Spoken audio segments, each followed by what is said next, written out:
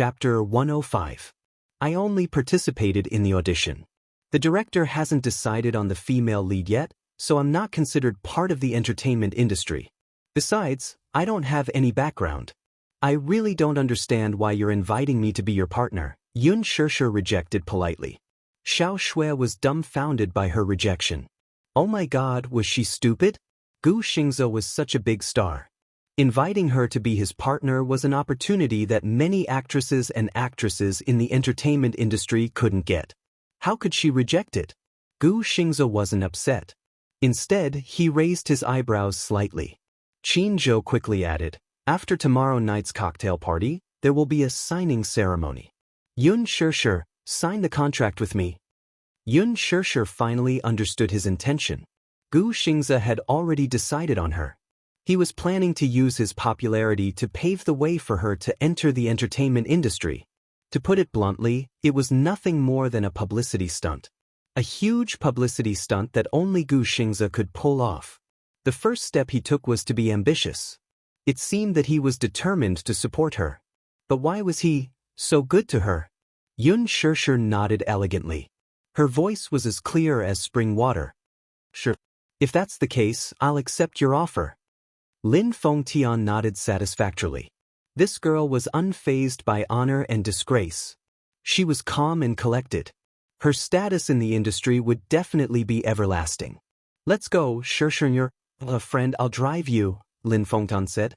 Beside them, Executive Director Mo Chi saw the situation and his face suddenly flashed with an inexplicable panic. Director Lin Xingze, come over here for a moment. Miss Yun, please excuse me. I have something to discuss with Director Lin and Xingze. He pulled the two of them aside with a smile and his face immediately darkened. Director Lin, it's not that I have a problem with it, but you've decided on the female lead just like that? Isn't it inappropriate? Gu Xingze smiled but didn't say anything. When Lin Fengtian made the decision to cast Yun Shishir, the film crew was naturally anxious. The executive directors had all received a lot of benefits.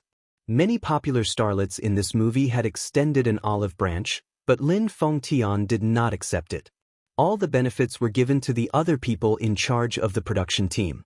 Now that an unknown newcomer had been chosen, there were naturally people who were anxious. Lin Fengtian looked dissatisfied. What? Why wasn't it suitable? You've seen Shishir's performance with your own eyes. She's a rare genius. They were already calling each other so intimately. Could there be something going on between the two of them? That couldn't be. In his impression, Lin Fengtian was a film addict who was dedicated to making excellent movies. He was different from other directors who were lustful. He had never slept with a woman before. She's still a newcomer. She has no name, no background, and no affinity with the audience. What will the investors of this movie think after you've made the decision? Mo Chi advised earnestly. So what if she's a newcomer? Look at her performance. Whether it's her acting or her appearance, she's so similar to Yin Xiaochuan in the original novel. How can I not be moved by such a person standing in front of me? Lin Fengtian was full of praise. But didn't the investors intend to promote another female artist? It's that one Yan Bingqing. Chapter 106. Yan Bingqing? That carpet star? She's just a pretty face. She's either a white lotus or a naive sweet girl. What good works did he produce throughout the year? Other than acting coquettishly on the red carpet at the film festival, she has nothing but a pretty face and acting talent. Yan Bingqing was an A-list actress who relied on scandals to rise to the top. She was at the height of her fame and popularity. She had a lot of tricks up her sleeves and had some background. She had a few investors behind her and was not someone to be trifled with. 10 years ago, the 16-year-old Yan Bingqing acted in a supporting role in a Qing dynasty drama. Although it was a supporting role, she had a lot of screen time. Back then, this Qing dynasty drama was popular all over the country. The main cast members shot to fame and their value skyrocketed. She, on the other hand, was not as famous as the main cast and was gradually buried. Later, she hooked up with a mysterious investor. This investor found a public relations team for her and used scandals to hype her up, making her the queen of hot topics. However, Yan Bingqing was a complete flower vase with no acting skills. She had the background, the backing, and the resources. Until now, the only work that mentioned her was the maid in the Qing dynasty drama from 10 years ago. Last year, she acted in a palace drama and acted as the female lead. She acted as the romantic empress of a generation and turned into a white lotus. Lin Fengtian really didn't like her acting skills. Previously, director Yen wanted to promote a little model with the surname Han. She was dressed in tacky rouge and her face was unrecognizable. What do those investors think my movie is? That they can be in it just because they want to? Mo Chi broke out in cold sweat but still shamelessly tried to persuade him. Not far away, Xiao Shui couldn't help but mutter, Sure, what are they talking about? Look at how angry Director Lin is. I don't know, Yun Shishir said as she caught a glimpse of a familiar figure not far away. She looked over and was inwardly shocked. He Lingxiang. He Lingxiang's name was known by everyone in the industry. He was famous not because of the number of popular works he had, but because of the notoriety of his debauched private life. It was rumored that his background was extremely tough, and this man was quite ruthless. There were also rumors that he had a very scary underworld background. Most of the small stars in the entertainment industry did not dare to offend such a person. The newcomers in the industry came one after another. Many female celebrities were willing to sacrifice their chastity in order to become famous. However, none of the female celebrities dared to climb onto He Lingxiang's bed. All of them avoided him. He Ling liked women, but he had a perverted taste in bed. He liked both men and women, and had played with many artists. As far as Yun Shishir knew, he had taken a few gangster bosses to gang rape a Miss World more than 90 years ago. However, the Miss World had gone crazy overnight and had contracted a terrible disease. In less than 2 years, she had died of depression. The limelight was suppressed by He Lingxiang. However, most people in the circle were influenced by his evil deeds. If the artist's management company wasn't tough enough, He Lingxiang would be able to play whoever he wanted. Why was he here? Could it be that he was using the audition as an excuse to pick a few young models to play with? He Lingxiang and another producer walked out of the bathroom while talking and laughing. From their proud faces, it seemed that they had gained a lot today. Chapter 107. One of the producers had a dispirited look on his face. After an entire morning of interviews, he seemed to be a little fatigued. Thus, when he saw such a beautiful girl, he naturally felt an itch in his heart. He recklessly sized up the calm girl in front of him and laughed. Aya, this girl is quite pretty. What's your name? He Lingxiang also looked at her. It was just that such a good-looking person with such a beautiful and moving face, but her temperament was cold and indifferent. He was already so close to her, but she still did not have the slightest reaction. It was as if she treated their existence as air. It was not an exaggeration to say that she did not see them. Yun Shishir turned to leave, completely ignoring them. The two of them couldn't help but feel a little annoyed. The producer said, "Hey," but when he saw that she was still indifferent and didn't even look at them, he was instantly angry. He reached out to grab her hand, but she evaded without a trace and turned to leave expressionlessly. She didn't want to have anything to do with He Lingxiang. This man's background was too scary. She didn't want to have anything to do with him. When He Lingxiang saw that, he exclaimed, "Whoa." He stared at her back view with round eyes and mocked coldly, This girl has quite a character. She's probably here for the audition. She really doesn't know the rules. She has eyes but can't recognize MT Tai. She doesn't know who is in front of her. She actually dares to act all high and mighty in front of director He. As he said that, the producer turned to look at He Lingxiang. Am I right, director He? He Lingxiang ignored him, but he was interested in the delicate girl in front of him. He went forward and grabbed her arm. Classmate, I'm talking to you. Why are you ignoring me? That's right. Little classmate, don't refuse a toast only to be forced to drink a forfeit. The producer also glared at her from the side. She was a dog that bullied others because of her master's power. Sure, ignore him. One look and you can tell that he's not a good person. Little did he know that this name caused He Lingxiang's eyes to brighten up a little.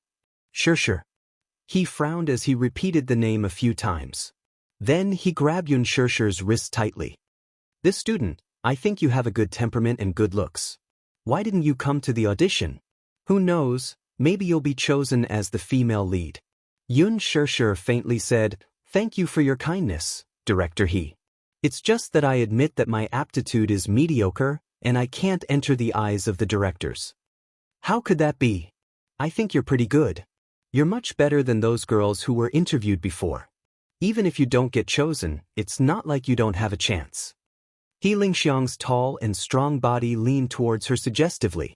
His voice was a little hoarse. I wonder if you've heard of my name? I'm also a director. As long as you're willing, I can let you be the female lead in my next movie. Yun Shurshu was shocked. She took a few steps back to get away from him, but he grabbed her arm and she couldn't move at all. She looked up. Because of her embarrassment, she raised her voice slightly. Let go. What? This classmate, I'm so fond of you. Are you trying to embarrass me? He Lingxiang's gaze was slightly cold. Seeing this, the smile on Xiao Shue's face faded. She walked towards He Lingxiang angrily. Yun Shurshu immediately grabbed her arm and persuaded, Xiao Shue, don't. I don't think they're good people. If you go over like this, something will happen. Chapter 108. Yun Shurshu didn't want to bother with He Lingxiang, but he kept pestering her. She turned around to look at him and saw that he was sizing her up with his bloodshot eyes. He was obviously satisfied. Yun Shurshu heard footsteps behind her. At the same time, she saw Xiao Shue walking toward her. She grabbed He Lingxiang's shoulder and raised her hand to slap him hard on the face, causing the students passing by to gasp in shock. Xiao Shue. Oh. Yun Shurshu's head exploded. Xiao Shue actually slapped He Lingxiang? She wasn't an impulsive person. On the contrary, she had always been calm and knew how to wait and see. However, she didn't know why, but when it came to Yun Shurshu, she couldn't calm down no matter what. She was especially enraged when she saw the lecherous man holding on to Yun Shurshu's arm and refusing to let go. With a slap, He Lingxiang was thrown to the ground in a sorry state. He propped himself up and spat out a mouthful of blood. 2 of his teeth had been knocked out. His face was flushed red with anger at once. Yun Shurshu saw this and her heart was suffocated for a moment. Xiao Shue used to be a black belt master in the Taekwondo club. Damn it! How dare you hit him? The producer at the side scolded and quickly helped He Lingxiang up. His fierce eyes swept in the direction of Yun Shurshu and Xiao Shue. The onlooking female students didn't expect Xiao Shue to hit him without saying a word. They also didn't expect to provoke such a powerful person. They immediately turned around and rushed to find the teacher to save the situation. However, Xiao Shue was fearless. Why would she be afraid of their provocation? She was still young and was just an overseas student who had returned to the country. She hadn't experienced the bloody storms of society, so naturally, she didn't know what the identity of the man in front of her meant. She wasn't afraid. This was a lawful society and this was a school. How could they let some shady people endanger the safety of students? Shurshu, are you okay? Did he do anything to you? Xiao Shue turned around and looked at her nervously. Let's go. Yun Shurshu didn't even think about it and didn't intend to stay any longer. She hooked her finger and Xiao Shue nodded knowingly. Just as she was about to take a step forward, the 2 men rudely blocked their way, their faces full of malice. Classmate, you want to run away after beating someone up? Who gave you the guts? What's your name? Which entertainment company is he from? Xiao Shue took a deep breath and said coldly, Get out of my way. When the producer saw his arrogant attitude, his eyes became even fiercer. What kind of attitude are you using to talk to me here? Xiao Shue frowned. She was a typical tomboy. Without any provocation, she grabbed the collar of the producer. The 2 of them did not agree and started to push each other. Xiao Shue subconsciously protected Yun Shurshu. She was afraid that she would be involved in the fight, so she pushed her to the side. However, she didn't expect that she would lose her balance after being pushed, so she felt dizzy and her body leaned back. Boom! He bumped into a human wall. His body was firmly supported by a strong arm. A wisp of unique masculine body fragrance brushed the tip of her nose. It was charming and elegant. Through the high-end shirt, she seemed to be able to feel the man's stalwart and heroic physique, as well as the strong beating of his heart. Chapter 109. Yun Shirshir couldn't help but frown in pain. She looked up and saw that in the chaos, the surroundings suddenly became quiet, as if time had stopped. She felt strange and looked in the direction of He Lingxiang and Xiao Shui, only to see that the group of people had already frozen. The funniest one was He Lingxiang. His hand that was holding Xiao Shui's collar gradually loosened. His face was full of shock. His pair of absent-minded eyes stared in the direction behind her, and fear slowly appeared in his eyes. His companion, who was standing beside him, also stared at the person behind her with an extremely strange expression, as if he had seen a ghost. She retracted her gaze in astonishment and raised her head, only to see a fair and clean hand quietly stretching out in front of her. Under the sunlight, the silver buttons on the sleeves of the suit reflected the dazzling light. This was a man's hand, but it was very well maintained. The fingertips were moist and flawless, and the joints were slender. Yun Shirshir raised her head, only to be met with a pair of deep, almond-shaped eyes. The handsome man in front of her stood tall and elegant. He looked very young, barely in his 20s, but he exuded a mature and experienced aura. His every movement could not hide the subduing aura of an emperor. This kind of aura was natural. At a glance, one could tell that he was a man who had experienced many bloody storms and was indifferent by nature. Rather than saying that he was indifferent, it was better to say that he was innately cold. Wherever he stood, this aura melted into the air and spread to every corner. Behind him was a group of tall men in suits and leather shoes. They bowed their heads and stood behind the man. It was like a group of stars worshipping a star. Mu Yaje, Yun Shirshir's expression was a little stiff. Xiao Shui, who was beside her, was mesmerized. She saw the man lowered his head and quietly stood in front of her. His black suit made him look noble and extraordinary. His posture was casual and elegant. The sunlight engraved a gentle and evil shadow on the contours of his face. At this moment, from her angle, there was some backlight, so she couldn't see his face clearly. But even so, she caught a glimpse of his extraordinarily handsome facial features that were shockingly beautiful. They were exquisite like the work of the gods. His handsome eyebrows and well-defined facial features seemed to be mixed with the noble blood of ancient Europe. He was cold and arrogant, but there was a kind of elegant charm unique to Eastern men between his eyebrows, deep and flirtatious. Without a doubt, this was an extremely handsome man. However, this handsomeness was absolutely not just on the surface. It was as if he was born with it in his bones. He was like an emperor of the ancient times, noble and arrogant. His standing still attracted the attention of the men in suits behind him.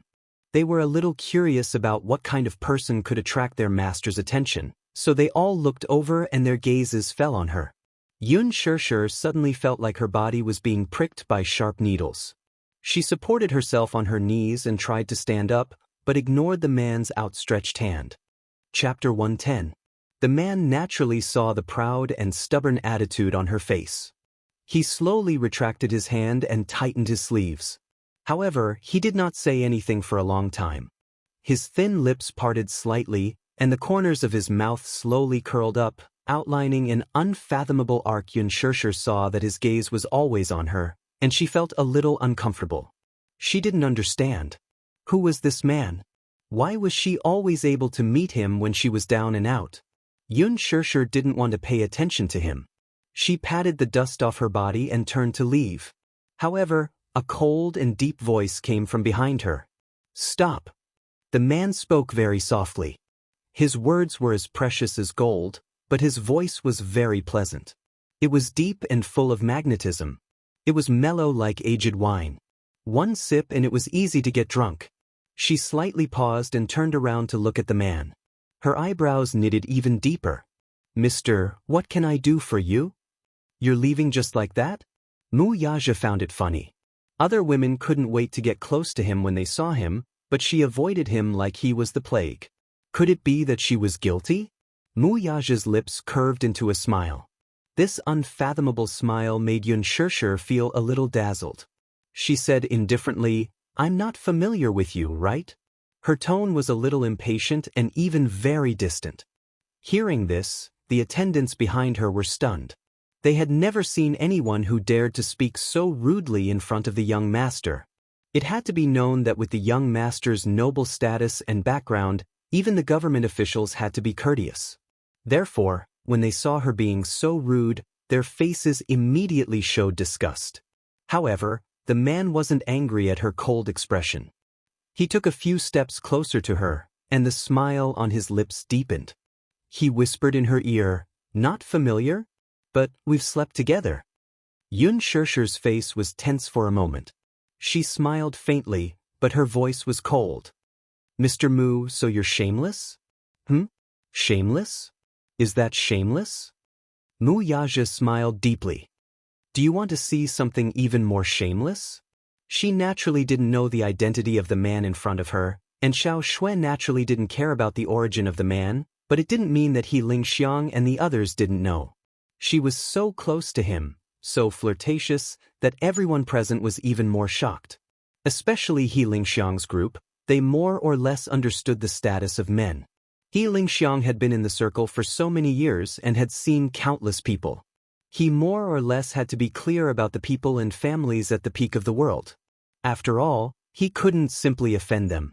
Who exactly was this mysterious young man? They had never seen him before, and they didn't know what his identity was. However, there were some familiar faces in the crowd behind the man. Although they were now bowing their heads and following behind the man submissively, any one of them was a big shot in the underworld who would cause people to change their faces. For example, the middle-aged man standing at the back of the group was one of the top bosses in the capital. He was in charge of the businesses of several groups and supported several groups of forces. He was the current master of the capital's underworld, and his words were absolute. Chapter 111. In this day and age, there weren't many people who did business with clean hands. The reason why they were able to rise miraculously in the business world in the past 2 years was that they had some kind of unclear relationship with the underworld. It was said that a few of them had made a fortune by smuggling, and now they were doing very well. Among them, there was no lack of high-ranking officials and leaders from other provinces and even the government. Most of them had great power in Jingdu, but they were rarely seen. All of them held great power and were important. As for the few tall men standing in front of the crowd, after He Lingxiang recognized them, their faces couldn't help but turn pale. These people were from the Mu family. The Mu family was a famous and huge family. They were also the descendants of the largest family in the country and even in Asia. However, He Lingxiang did not know anything about his background. It wasn't that he didn't have enough information, but with his status, he didn't have the right to ask. This family could be said to be secretive in the underworld, never revealing their talents. He only heard that the Mu family had a big business and the forces under them were both from the underworld and the underworld. Years ago, the Mu family had established Dishing Financial Group through bleaching, and the industry chain under their name was entrenched in the global financial industry. The outside world called this low-key but prominent family business the Mu Empire. Whether it was in the country, Asia, North America, or some countries in Western Europe, the Mu family's power spanned across the board and was the revered leader. With the Mu family's century-old business and foundation, people who weren't in charge of the Mu family didn't know how vast the Mu family's business was. He only heard that a few years ago, a country had run into the Mu family's gun because of some political conflict. That year, Dishing Financial Group withdrew all its investments from the country's industries and canceled all long-term transactions. This caused the country's economy to rapidly regress to the pre-liberation era. The country had no choice but to tighten its belt and learn to be a better person. Each of these big shots could shake the earth and shake the mountains, but now, they were all standing respectfully behind the man. He Lingxiang only felt fear toward the identity of the man in front of him. However, this Yun Shirshir dared to give this man a hard time in front of so many people? He Lingxiang sneered in his heart. Wasn't this a slap to his face in front of so many people? She was afraid that her end would not be pretty. His heart was filled with pride. Sure enough, he saw a fierce-looking, cold-faced man in the crowd about to step forward and teach this girl who didn't know what was good for her. However, when he raised his head, he saw that his master had turned his face slightly. His expression was extremely cold, and that gaze contained a hidden warning. His heart trembled, and he immediately understood. He immediately retreated without batting an eyelid. They didn't understand the man's intentions. The young girl in front of him was neither a relative nor a friend, yet she kept giving him attitude. This was clearly a great disrespect to the boss. However, the boss did not seem to be angry at all. Could it be that their master's iron tree had blossomed? Boss, who had never been interested in women, was finally enlightened? One had to know that the boss was young and full of vigor. He was in the prime of his life, but he had always been cold and unfeeling. Chapter 112. There were rumors and slanders about him. Although he had a fiancée in name, they seemed to be in love with each other. Some people even speculated that there was something fishy about his sexual orientation. Otherwise, there was a problem in that area. However, these were all just people's guesses. There were also rumors that his fiancée was infertile. Mu Yichen's biological mother was someone else. Grandpa Mu had been anxious all these years. He was so anxious that his hair had turned white. Firstly, Grandpa Mu placed great importance on passing down the family line. There were 3 ways to be unfilial, and having no descendants was the worst. He was the only one left in the Mu family. It was time for him to start a family. However, Mu Yaja had not married yet. Mu Wanru's so-called fiancée had become a joke. Secondly, Grandpa Mu had heard a lot of rumors from the outside world, and he was annoyed by them. He had been busy looking for surrogate mothers for Mu Yichen all these years. From international socialites to the daughters of the upper class, he had paid attention to those who were well-matched in terms of social status. However, Grandpa Mu had seen many people, but he did not like many of them. He was even more strict than the emperors in ancient times. As they thought about this, they looked at each other and exchanged a few glances.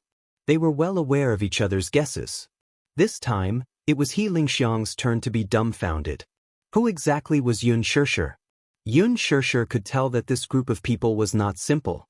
She recognized the mayor of Jing City standing in the crowd. She had seen him in the newspaper some time ago and had some impression of him. While she was trying to figure out the man's intention, a series of messy footsteps came from not far away. There were also a few men's disdainful curses and noises. It turned out that they were He Lingxiang's henchmen, the producer, who had called them over. They rushed over as soon as they received the call. They thought that someone was causing trouble. However, when He Lingxiang turned around and saw his henchmen, his face turned pale. He turned around and glared at the producer. The producer beside him heard the commotion and knew that his henchmen had rushed over. However, he frowned when he saw the situation. Yun Shishir looked in the direction of the voice. Judging from their rude and unreasonable gait, it was not hard to tell that they had some background and were clearly relying on He Lingxiang's influence. However, when she saw the lineup at the entrance, she could not help but be stunned. Ultimately, they were not as perceptive as He Lingxiang. With his qualifications, how could he come into contact with people of such status? Naturally, he did not recognize the big shots in this crowd. Director He, who are these people? Why are they crowding around the door? He Lingxiang turned around and waved at the men in suits. Hurry up and leave. Don't crowd around here.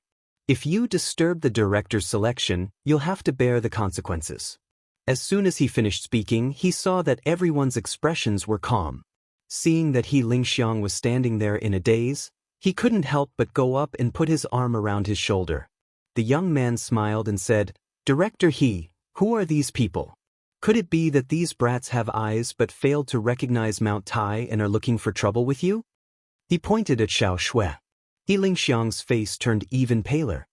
He then pointed at the indifferent man standing beside Yun Shishir. His attitude became even more arrogant. Or is it this brat? This. Chapter 113. He Lingxiang smiled bitterly and shook his head. His face was unsightly as he winked at him a few times. However, this person was not enlightened. He even mistakenly thought that He Lingxiang meant the trouble caused by the black suits, and his heart was filled with anger. Hey, I told you not to crowd around here. Didn't you hear me? After he finished speaking, he took the lead and rushed over. Just as he was about to put his hand on the man's shoulder, he saw that the handsome man did not avoid him. He stood there arrogantly and did not even look at him. At that moment, the assistant only saw a black shadow flash in front of him. Before he could understand what was going on, his wrist was firmly grabbed by the man who rushed out from the crowd. A heart-wrenching pain came from his wrist. With a twist and a turn, his entire body was thrown into the air. He was thrown a few meters away by a huge force and slammed heavily into the wall, causing it to crack. The assistant fell to the ground in a sorry state. He felt a surge in his chest and vomited a mouthful of blood. He immediately rolled his eyes and fainted. Yun Shishir was shocked. When Xiao Shui saw this, she could not help but be shocked. She took a step forward and wanted to bring Yun Shishir back to her side. However, at that moment, she saw a man who was not tall but had a shocking aura slowly walk out from the crowd. The man stood still and scanned the surroundings with his eyes that were as sharp as a blade. His voice was thick and dignified. "What kind of trash are you? Do you think you have the right to act rashly in my territory?" When these words came out, He Lingxiang and the rest were so shocked that they immediately knelt on the ground. Their bodies were trembling and they did not dare to make a sound.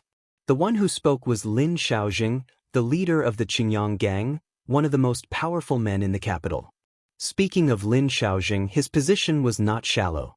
He could be considered the leader of the Qingyang gang in Beijing. Now, most of the organizations in Beijing were completely controlled by the Qingyang gang. Many management companies in the entertainment industry had some background in both the underworld and the underworld. The Qingyang gang supported several management companies. The headquarters of the Qingyang gang was located in the capital and had many branches. It had hundreds of thousands of members, which showed its influence. Lin Shao was the head of such a gang, which meant that he was the highest leader of the gang. This area was nominally under his jurisdiction. Therefore, for someone to cause trouble in his territory, let alone in front of a big shot from the Mu family in the capital, this was an act of insubordination. He glanced at He Lingxiang, who was kneeling on the ground silently, and asked, "What's your name?" He Lingxiang was shocked.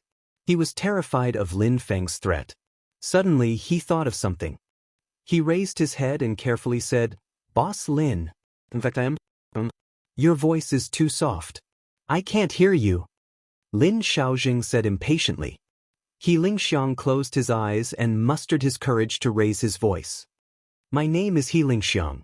May I ask, this is..." He smiled apologetically as he carefully looked at the tall man who was surrounded by the crowd. Respect immediately appeared on Lin Xiaojing's face as he said to He Lingxiang, "Is Disheng Financial Group's chairman Mu someone of your status can inquire about?" He Lingxiang, who had always been arrogant, could not help but be shocked. He said incoherently, "Forgive me for being presumptuous, but I didn't know how to appreciate favors. I actually didn't recognize that this is Disheng Financial Group's chairman Mu." Chapter 114. He was trembling with fear when he was suddenly interrupted by an abrupt voice. "What's the matter? Why are there so many people at the entrance?" Lin Fengtian had just walked out of the audition venue when he vaguely heard a strange commotion downstairs. He hurried over, only to see such a scene. While he was still in shock, he caught sight of the slender figure in the crowd and said with a curious expression, "Chairman Mu. What brings you here today?" Mu Yaja glanced at him coldly but did not bother with him. In such a big company like Huanyu, Lin Fengtian was, without a doubt, the most wily old fox. Unfortunately, this person was a little special and had some tricks up his sleeve. He was a rare talent, so Mu Yaja could not be bothered with him. Lin Fengtian chuckled. He turned his gaze and saw Yun Shishir, who was tightly protected by Xiao Shui, and understood what had happened. "Brother Mu." Suddenly, a shy and sweet figure barged in. Everyone turned around and saw a well-dressed girl in an aqua blue pleated dress running toward Mu Yaja happily. She pushed away Yun Shishir, who was standing in front of Mu Yaja. Where did this woman come from to block Brother Mu? What an eyesore! She secretly glared at Yun Shishir before turning to face Mu Yaja with a charming smile. "Brother Mu, why are you here?" Did you specially come here to see me?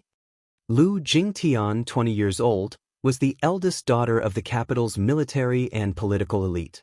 She was also the top socialite of the upper class. The Mews and Lus had been on good terms for generations, so there was a rumor that Lu Jingtian was originally the crown princess that old Master Mu had his eyes on.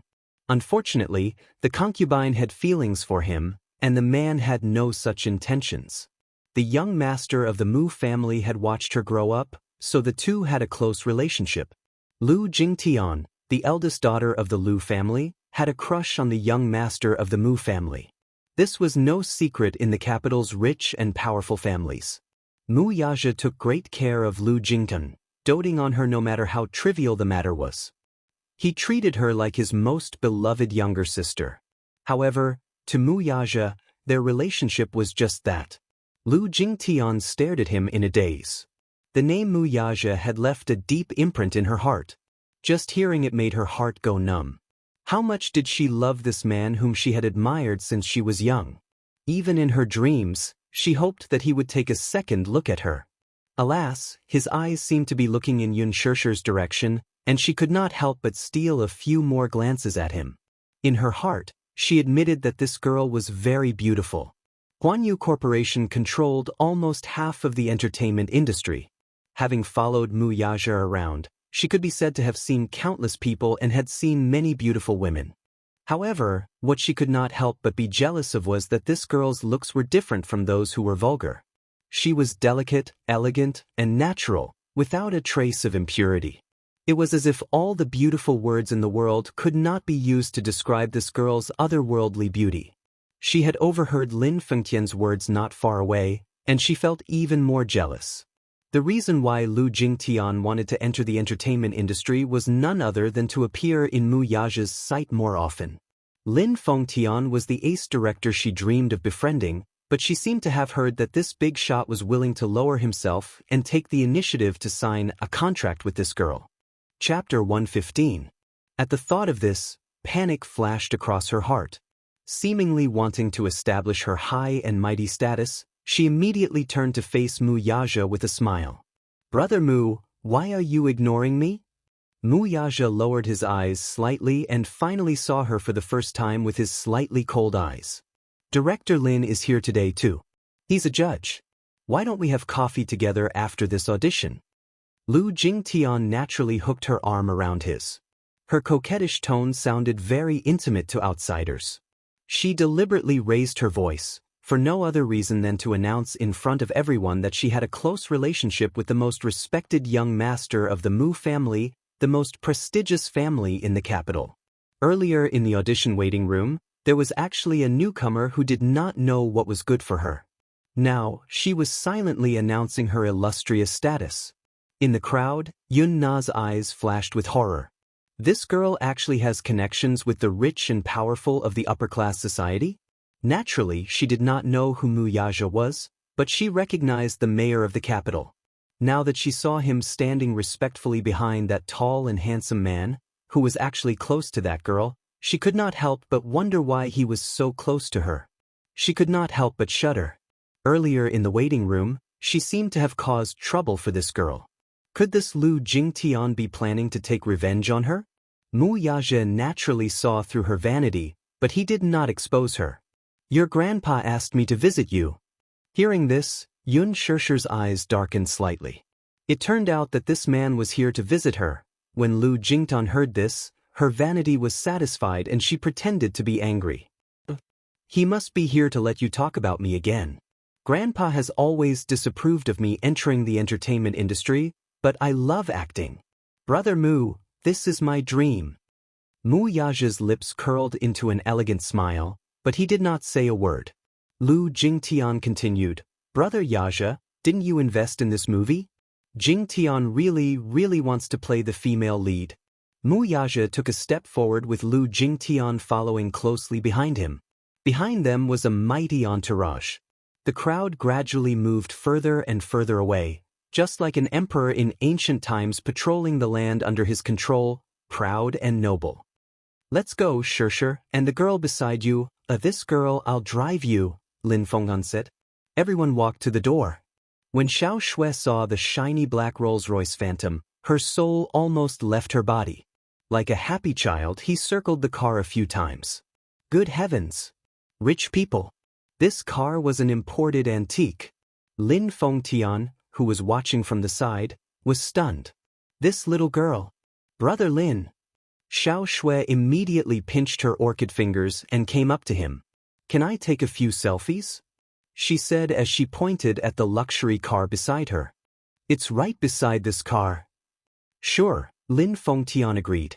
She immediately took out her phone and took a few selfies beside the car. She put on all kinds of coquettish expressions, but in the eyes of others, she was all kinds of flirtatious. All right. Get in the car first. Lin Fengtian said to Yun Shishir. But Xiao Shui, on the other hand, was very excited. She happily got into the back seat first, leaving Yun Shishir behind. Yun Shishir could not help feeling a little flustered. Everyone got into the car one after another, but no one noticed the pair of eyes watching them from behind. Those eyes were filled with evil thoughts. Chapter 116. This Yun Shishir was really capable. But so what? Wouldn't it be more fun to sleep with a woman that the big boss had his eyes on? What kind of person was Mu Yaja? Why would he fall for a newcomer with no status or background? The entertainment industry was full of talents, and there was never a lack of beautiful women. With Mu Yaja's status, what kind of woman wouldn't come and go as he pleased? The women that Mu Yaja played with, the leftovers would be pretty good too. As He Lingxiang thought evilly, he fiercely clenched the stack of Yun Shishir's information in his hand.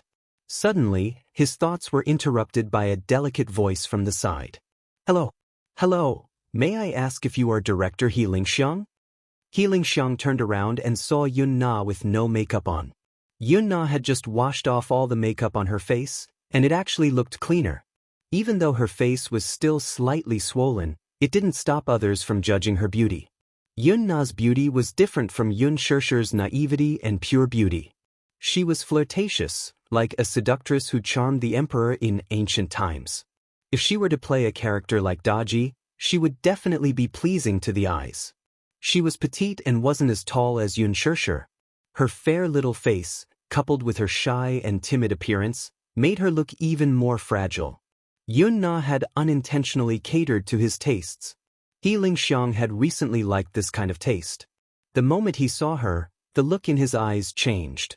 Seeing that he didn't say anything, Yun Na was naturally pleased. Under the attack of her expression, very few men could resist. So what if He Lingxiang had been on the battlefield for a long time? Wasn't he still tempted at the sight of women? Director He, my name is Yun Na. I'm a professional at an art school. I admire you very much. You are a very talented director. Oh, right, I saw your movie Blood Rose last year. It's still the greatest movie in my heart. Blood Rose? Bad script, bad production, and bad reputation. How could a shoddy movie make her feel like she had found a treasure? The meaning of her words was self-evident. Yun Na wasn't someone from the entertainment industry. She only knew that He Lingxiang was of a similar status, but she didn't know about his misdeeds. Therefore, she didn't know how ignorant her actions were. How could He Lingxiang reject a woman who threw herself into his arms? It just so happened that he had nowhere to vent his anger this afternoon. He intimately approached her, grabbed her wrist, and pulled her into his arms. Under the cover of the tree, his hand wantonly attacked the softness in front of her chest. He lowered his head and bit her ear. Ah! Yun Na pretended to be flustered like a startled bunny, and her hands powerlessly pushed against his chest while the surprise in her eyes couldn't be concealed. Director He, there was a faint fragrance on her body, which made He Lingxiang's blood rush to his head, and he was a little dazed. From the looks of it, this girl was still a virgin? He Lingxiang was not a man who would reject anyone, but he was very satisfied with Yun Na. Didn't you say that you admire me the most? He Lingxiang was very satisfied with her performance as he said the most vulgar words. You sent yourself to my doorstep and said these words. If others heard this, I'm afraid they would think that I have an ulterior motive. Yun Na kept the meaning of his words a secret. At this moment, the two of them were close together, and the changes in their bodies made each of them understand what the other wanted. She was a little afraid. The entertainment industry was like a tiger's den, so how could she not be afraid? However, when she thought of Yoon Shershur's smug look and how she might be able to pass the audition, clinch the female lead role in this movie, and step into showbiz with glory, her heart was filled with jealousy. Jealousy was like an evil demonic branch, entrenching her heart, causing her to begin to use every means possible to achieve it. Director He, it's not convenient to talk here. Why don't? Yoon Na smiled charmingly. Let's go somewhere else? Okay. He Ling Xiang was naturally waiting for this sentence. Chapter 117. Huanyu Tower. A man stood by the window, his tall and straight figure proudly overlooking the rows of tall buildings outside. His pair of handsome eyes were deep and distant. Earlier, the board of directors had a heated confrontation over the female lead of The Green Apple. This time, the female lead had already been decided internally. The audition was just a publicity stunt for the movie's release. However, Lin Fengtian was absent from this meeting. Over the phone, his stance was very clear. He had taken a liking to Yoon Shershur and had decided to support this newcomer with outstanding qualifications. The investors and producers were in an uproar when they heard this and voted against it unanimously. Lu Jingtian had already been decided as the female lead. How did an unknown newcomer appear out of nowhere and mesmerize Lin Fengtian? When Lin Fengtian heard that Lu Jingtian had been decided internally, he immediately said that he would not continue filming. The art of film, which he pursued, was now in such a foul state. He was so angry that he said that it had to be Yoon Shershur. When the executive director said that he would not continue filming, the production team was collectively dumbfounded. They lined up to apologize to Lin Fengtian. The script was good, but Lin Fengtian's influence was not to be underestimated. If they lost him, this movie would be nothing. Without him, the box office appeal would collapse by half. The meeting ended on bad terms. Lu Jingtian, who was standing at the side, had also witnessed the actress's audition. Recalling that breathtakingly beautiful scene, she could not help but feel a little jealous. This person called Yoon Shershur had skillfully portrayed In Xiachuan's most essential innocence and beauty with her skillful acting. She was originally quite satisfied with her audition performance, but now that she saw it again, it was obvious who was better. Her crying scene was too pretentious. She's quite opportunistic. Lu Jingtian said indignantly. She raised her head to look at Mu Yaja and asked in a half-aggrieved and half-tentative manner, "Brother Mu, you'll definitely get the female lead role in this movie. It's for Jinggan, right?" Mu Yaja lowered his head to look at her without saying a word. She quickly tugged at his arm and coquettishly said, "Brother Mu, I really like this novel. It's my biggest dream to play the role of In Xiachuan. Brother Mu, this is a small wish, you can't satisfy me?" Mu Yaja pulled his hand out without a trace. His tone was calm but slightly indifferent. "Jing, I dote on you because your grandfather asked me to. But for me, I have a clear distinction between public and private matters. The movie was released by Huanyu. I'll invest, but I won't ask about the main character." "Brother Mu." Lu Jingtian's face flushed red as she choked on her words for the first time. She knew that the lead actor would be chosen by the director, but that was not the case in the entertainment industry. Usually, in a movie, the director rarely had the right to speak. Even a director as arrogant as Lin Fengtian had to consider the investors of the film. Huanyu was this movie's biggest investor, so it was needless to say how much power the company had. Mu Yaja returned to his desk and said lightly, "You're not a child anymore. I won't indulge you every time you act coquettishly. Brother Mu, get out." Mu Yaja lost his patience and coldly ordered. Lu Jingtian was startled. She knew that he had lost his patience, so she did not dare to anger him further and retreated resentfully. Just as she left, Aaron knocked on the door and entered. "Chairman Mu." Mu Yaja leaned gracefully against the back of his chair and looked at him with a pair of sharp eyes. Chapter 118. For some reason, the man's deep gaze made him shudder. He suddenly felt uneasy. Perhaps due to his guilty conscience, he did not even dare to raise his head. This man stood at the pinnacle of power. With a wave of his hand, he could turn the world upside down. His king-like aura seemed to be innate and intimidating. He, on the other hand, had betrayed this terrifying man. Until now, he was still in a state of shock. If the president found out that the investigation report had been tampered with, he would personally eliminate him. Just as he was lost in thought, Mu Yaja looked up and called, "Aaron." "Yes," Mu Yaja asked with a half-smile, "how long have you been with me?" "Boss, I've been with you for 4 years," he answered submissively. Mu Yaja replied faintly, "I valued you back then because of your outstanding ability. You said you wouldn't let me down. I was groomed by you, boss, and I'll be loyal to you for the rest of my life." Mu Yaja nodded and raised his hand with an unfathomable expression. There was a group photo between his fingers. Aaron carefully took the photo and saw the silhouette of a child walking out of a kindergarten with a small school bag. Despite the distance, the child's facial features were clearly presented in terms of angle and resolution. At first glance, the child was 99% similar to Mu Yichen. Whether it was their eyebrows, facial features, or even their mannerisms, the two children seemed to be carved from the same mold. Could there be 2 identical leaves in the world? This photo was taken by a private investigator hired by Mu Yaja. When the old man received the photo, he rushed to Mu Yaja's office in a fit of rage. He pointed at him and fumed. "Bastard! You have an illegitimate child outside? Are you trying to anger me to death? No wonder you're unwilling to marry Ro. Do you have other women outside?" Mu Yaja was also stunned when he saw the photo. It was no wonder Grandpa Mu was so furious. This child was too similar to him. Especially that pair of eyebrows, which seemed to have perfectly replicated his silhouette. Bloodline was a very mysterious thing. It couldn't be hidden from anyone's eyes. There was no doubt that this was his flesh and blood, and he even disdained to use other methods to verify it. There would be a mystical connection between father and son. It could be said that it was telepathy, but it was hard to explain. It was a kind of bond that dissolved into the blood and bones. This child had been hidden by that woman for as long as 6 years? What were her intentions? Could it be that she coveted glory and wealth and wanted to marry into a rich family with her son? But she didn't seem like a despicable woman. Mu Yaja had also investigated the woman's background. Alan had also given him an investigation report, and there was no problem, unless someone had tampered with the report. Who could it be? Therefore, he couldn't help but suspect this personal assistant.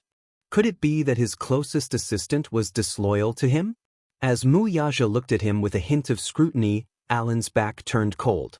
It wasn't that he hadn't seen the president's methods before. He was extremely vicious. He didn't even dare to imagine what would happen to him if the president saw through his tricks. "Alan, I'll give you one more chance. Give me a satisfactory answer." Chapter 119. As Aaron was leaving the office, he bumped into Mu Wanru, who was standing outside the door. Mu Wanru had been standing outside the door for a long time and had overheard much of their conversation. Her face was now ashen, and she looked terrible. His expression changed slightly as he exclaimed, "Shut up." Mu Wanru glared at him fiercely. She went forward to cover his mouth, pushed him to the assistant's office, and quickly locked the door. Bang! Aaron stood there helplessly. Mu Wanru was trembling all over. With her back against the door, her body slid helplessly as if she had fallen into a state of great fear and uneasiness. "Ma'am, are you all right?" Aaron looked at her worriedly. Mu Wanru looked extremely disheveled. Her face was as dark as a sheet of white paper. "What did he say to you? Did you tell him?" She glared at him as if she was on the verge of drowning. "The CEO asked me to reinvestigate Yun Shirshir's identity. Everything, big or small, must be thoroughly investigated, including that and the child." Aaron looked at Mu Wanru again, only to see her face turn uglier. "You can't." Mu Wanru's eyes were instantly piercing. "You'll get me killed if you do this." Alan took a deep breath, and a complicated feeling resonated in his chest. "I can't betray the CEO again." His face turned pale with pain, and his handsome face contorted. "I've already betrayed him once. How will he know if you don't tell him?" Mu Wanru was like a drowning person who had come back from the jaws of death. Her voice trembled with fear. If that child is really the CEO's flesh and blood, isn't it good to investigate it thoroughly? Why? He asked in confusion. Mu Wanru, of course, could not tell him why. If the child's identity was found out, Yun Tianyu would be taken back to the Mu family as one of the future heirs of the Mu group. This woman would definitely rise in status because of her son. She was Grandpa Mu's 1 in a million pregnant women. She had excellent conditions. What was even more frightening was that she had given birth to 2 sons for the Mu group. On the other hand, because of her congenital infertility, she was unable to give birth to a son or daughter for the Mu family. Therefore, her position as the young mistress of the Mu family was not secure. The rich and powerful families were deeply rooted and intertwined. If they did not have children to support them, they would not be able to consolidate their position. The only reason why she could do whatever she wanted in the Mu family was because of Grandpa Mu's love for her. However, no matter how hard she tried, she was still unable to enter Mu Yaja's heart. The only reason Mu Yaja agreed to marry her was because of Grandpa Mu's order. He could not go against it. However, old Master Mu's health was deteriorating year by year. Now, in order to enjoy the rest of his life, Mu Yaja was slowly taking control of Disheng Financial Group. What if he was no longer around? Would she still have a place in the Mu family? Would she be chased out of the family just like that? By then, it was not impossible for Yun Shishir to rise to the top by relying on her son. The scariest thing was, if Grandpa Mu were to find out about Yun Tianyu's identity, he would definitely make him acknowledge his ancestors. Given his means, he would definitely investigate Yun Shishir's background thoroughly. If the incident from more than a decade ago was involved, what would happen when Grandpa Mu learned that she had snatched Yun Shishir's jade and had been impersonating her for more than a decade? Thinking of this, Mu Wanru shuddered. Don't investigate.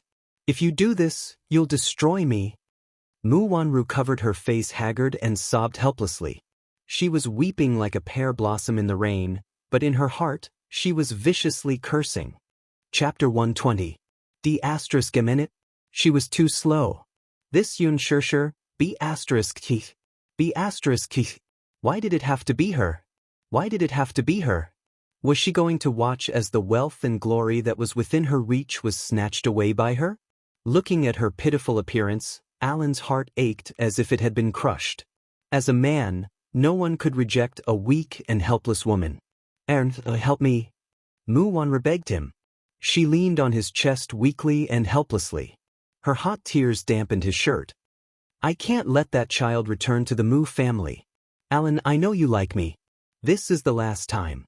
Help me, okay? Mu Wanru's tears flowed down her cheeks. Alan's heart skipped a beat, and he looked at her in disbelief. She knew?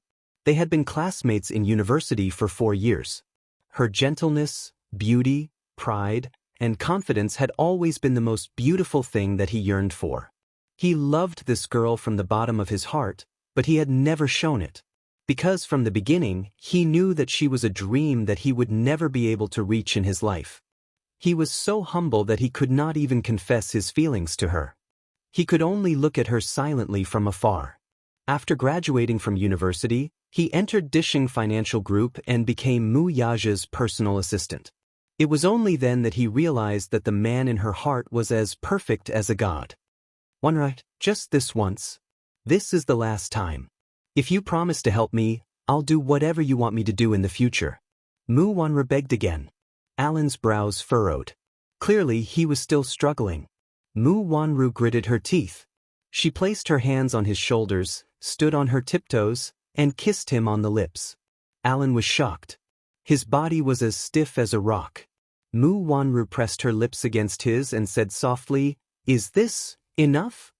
"Wanru, don't talk. Hug me." Mu Wanru kissed him on the lips again. Her seductive body was pressed against him, and her seaweed-like hair was tangled together. Mu Wanru's exquisite figure stretched out seductively. She was very coquettish. She usually took great care of her skin. Her exceptional beauty and sexy figure were enough to make any man's heart beat faster. Alan could no longer hold it in. He fell into the fatal trap of gentleness. He lost himself to it. He closed his eyes and followed the most honest thought in his heart. His hands hugged her shoulders, and he traced her charming back. In the office, an incestuous scene. However, neither of them noticed that in a hidden corner of the ceiling, there was a mini pinhole camera hidden in the ceiling. Asterisk in the evening, Gu Xingze sent Yun Shishir home. Yun Shishir did not have a decent gown for tomorrow night's cocktail party. Therefore, Gu Xingze gave her a gown. She was embarrassed to accept it, but Gu Xingze felt that she was too polite and smiled. Silly girl, tomorrow night's cocktail party will be a special event. Many gold medal producers and directors from the film festival will be there. Don't tell me you want to wear this school uniform and parade around as my female companion? Yun Shishir did not know whether to laugh or cry at his words. All right, don't be so polite with me. If you can sign the contract successfully, remember to treat me to a meal. Gu Xingze made a condition. Yun Shishir agreed readily. Well, 6 yuan worth of spicy hot pot. It was not that she could not afford it. Chapter 121. By the time Yun Shishir returned to the Yun residence to fetch Yu, it was already 8 p.m. She had already informed Yun Yeqing in advance, but the atmosphere in the living room was still tense. When Li Qin saw Yun Shishir return, she hurriedly went up to her. Have you seen your younger sister? She's still not back yet? I'm so worried. Why would I see her? Yun Shishir pretended to be confused. In fact, she had seen Yun Na today. However, this had nothing to do with her. She could not be bothered to report it to Li Qin. When Yun Yeqing saw her return, he hurriedly went up to her and asked about her well-being, which caused Li Qin to glare at him. Looking at Yun Shishir and thinking about her daughter who had yet to return home, she immediately exploded. Yun Yeqing, you're really a good father. You're so concerned about this wild seedling, but your biological daughter is still not back yet, and I don't see you asking more about her. Yun Yeqing's face turned ashen when he heard this. Who are you calling a wild seedling? Also, I'm worried that Nana isn't back yet. What are you talking about? The two of them started quarreling. Yun Shishir did not want to be involved in such a quarrel and walked toward her room calmly. However, she was stopped by Li Qin behind her.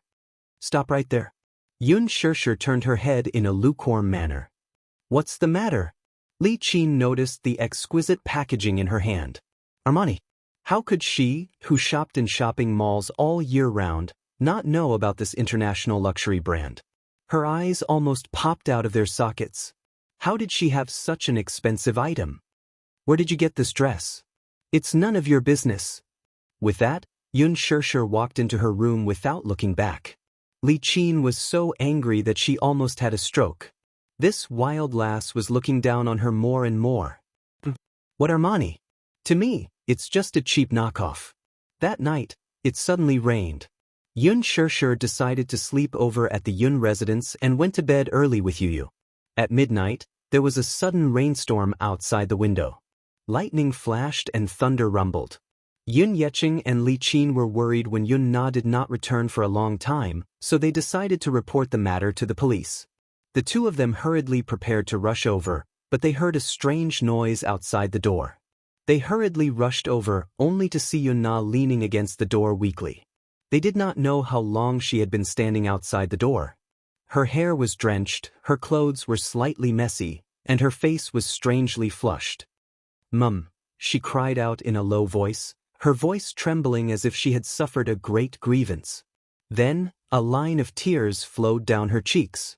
Li Qin felt as if a knife was being twisted in her heart. What's wrong? Nana, come in first. Yun Na was helped into the living room and leaned weakly against the back of the chair. Tears rolled down her cheeks like pearls from a broken necklace. Li Qin looked at her anxiously, her heart aching. Nana, what's wrong? Tell me, who bullied you? Yun Na continued to weep but didn't say anything. Right now, her intestines were probably green with regret. This He Lingxiang looked dignified on the surface, but he was actually a beast in human clothing and a beast among beasts. This afternoon, He Lingxiang brought her to a private clubhouse. She thought that she had hooked up with a big tree and was feeling complacent. If she could gain his favor, she might be able to step into the entertainment industry with glory and no longer have to look at Yun Shishir's eyes. Chapter 122. If she could rely on such a backer, her acting career could be said to be unstoppable. Yun Na naively thought that He Lingxiang was bringing her to meet some producer. After all, he had a lot of connections. Little did she know that she had entered a wolf's den of debauchery. She did not want to recall what had happened tonight.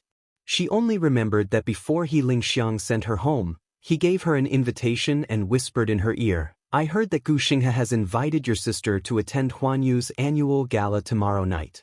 You should attend this gala too." As he said that, a smile with ulterior motives appeared on his face. "Tomorrow night, you and your sister will serve me well. Don't worry, I'll give you benefits." Just imagining the scene of sex was enough to make He Lingxiang impatient. The feeling of having two beautiful sisters together was self-evident. Yun Na suppressed her disgust and grievance and forced a smile. She did not want to be with Yun Shishir. What if it backfired and He Lingxiang did not support her and Yun Shishir instead? She was like a slave today, serving the bosses one by one with a smile.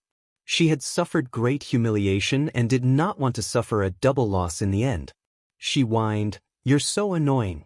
Director He, isn't it enough for me alone? Don't worry. Little sweetheart, you're so hot. Of course, I'll dote on you the most.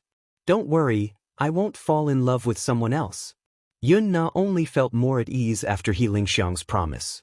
Li Qin naturally did not know what had happened to her. Seeing her in a daze, she blurted out, "Daughter, have you gone for the audition?" Yun Yeqing raised his head in shock when he heard that. "Did you say that she went for an audition again?" She knew that she had let it slip and bit her lower lip resentfully. Yun Yeqing was furious and expected better from his daughter. "I told you to study hard, but you insisted on becoming an actress? But did we not let you have enough to eat or not have enough clothes to keep you warm? Why do you have to ruin yourself like this?" As soon as Yun Na heard the word, spoil, she immediately felt aggrieved to the point tears streamed down her face, and she immediately cried out unwillingly, "Dad. Sister also went for the audition. Why don't you scold her?" "What?" Li Qin exclaimed in surprise. "She went for the interview too? How is this possible?" Her father defended her. "Your sister has always known her place. She won't step into showbiz. Dad, you never believed me. If you don't believe me, you can ask her. Not only did she participate, she even passed. I saw her sit in a Rolls-Royce today. I don't know what tricks she used. Maybe she hooked up with some big boss." "Pa!" Yun Na's face was slapped to the side. Covering her face, she turned to look at Yun Yeqing in shock. Her heart seemed to have broken into pieces. "Dad, you hit me?" Disappointment was written all over his face. "Nana, how can you say that about Shishir? She's your sister. How does your sister usually treat you? Since you were young, I've always let you have all the good food and fun things, but what about you now? Saying bad things about her behind her back. What big boss? Shishir isn't that kind of girl." Why didn't you scold her when she went for the audition, but when I went for the audition, you scolded me? Am I your biological daughter?" Yun Na screamed at her father, breaking down. Chapter 123. One day, the sun shone brightly in the morning. Yu woke up early and kicked Yun Shishir out of bed. "Mommy, wake up." Yu shook her awake. "Today is a special day. Get up and exercise to prepare for the cocktail party tonight." Yun Shishir was shocked.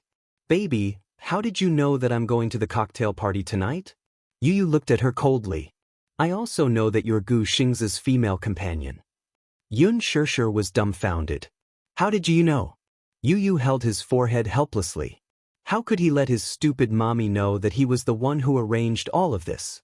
No matter what, work hard and earn money to support the family. Yu's future wife will depend on you, mommy. He knew how boring work in the entertainment industry was.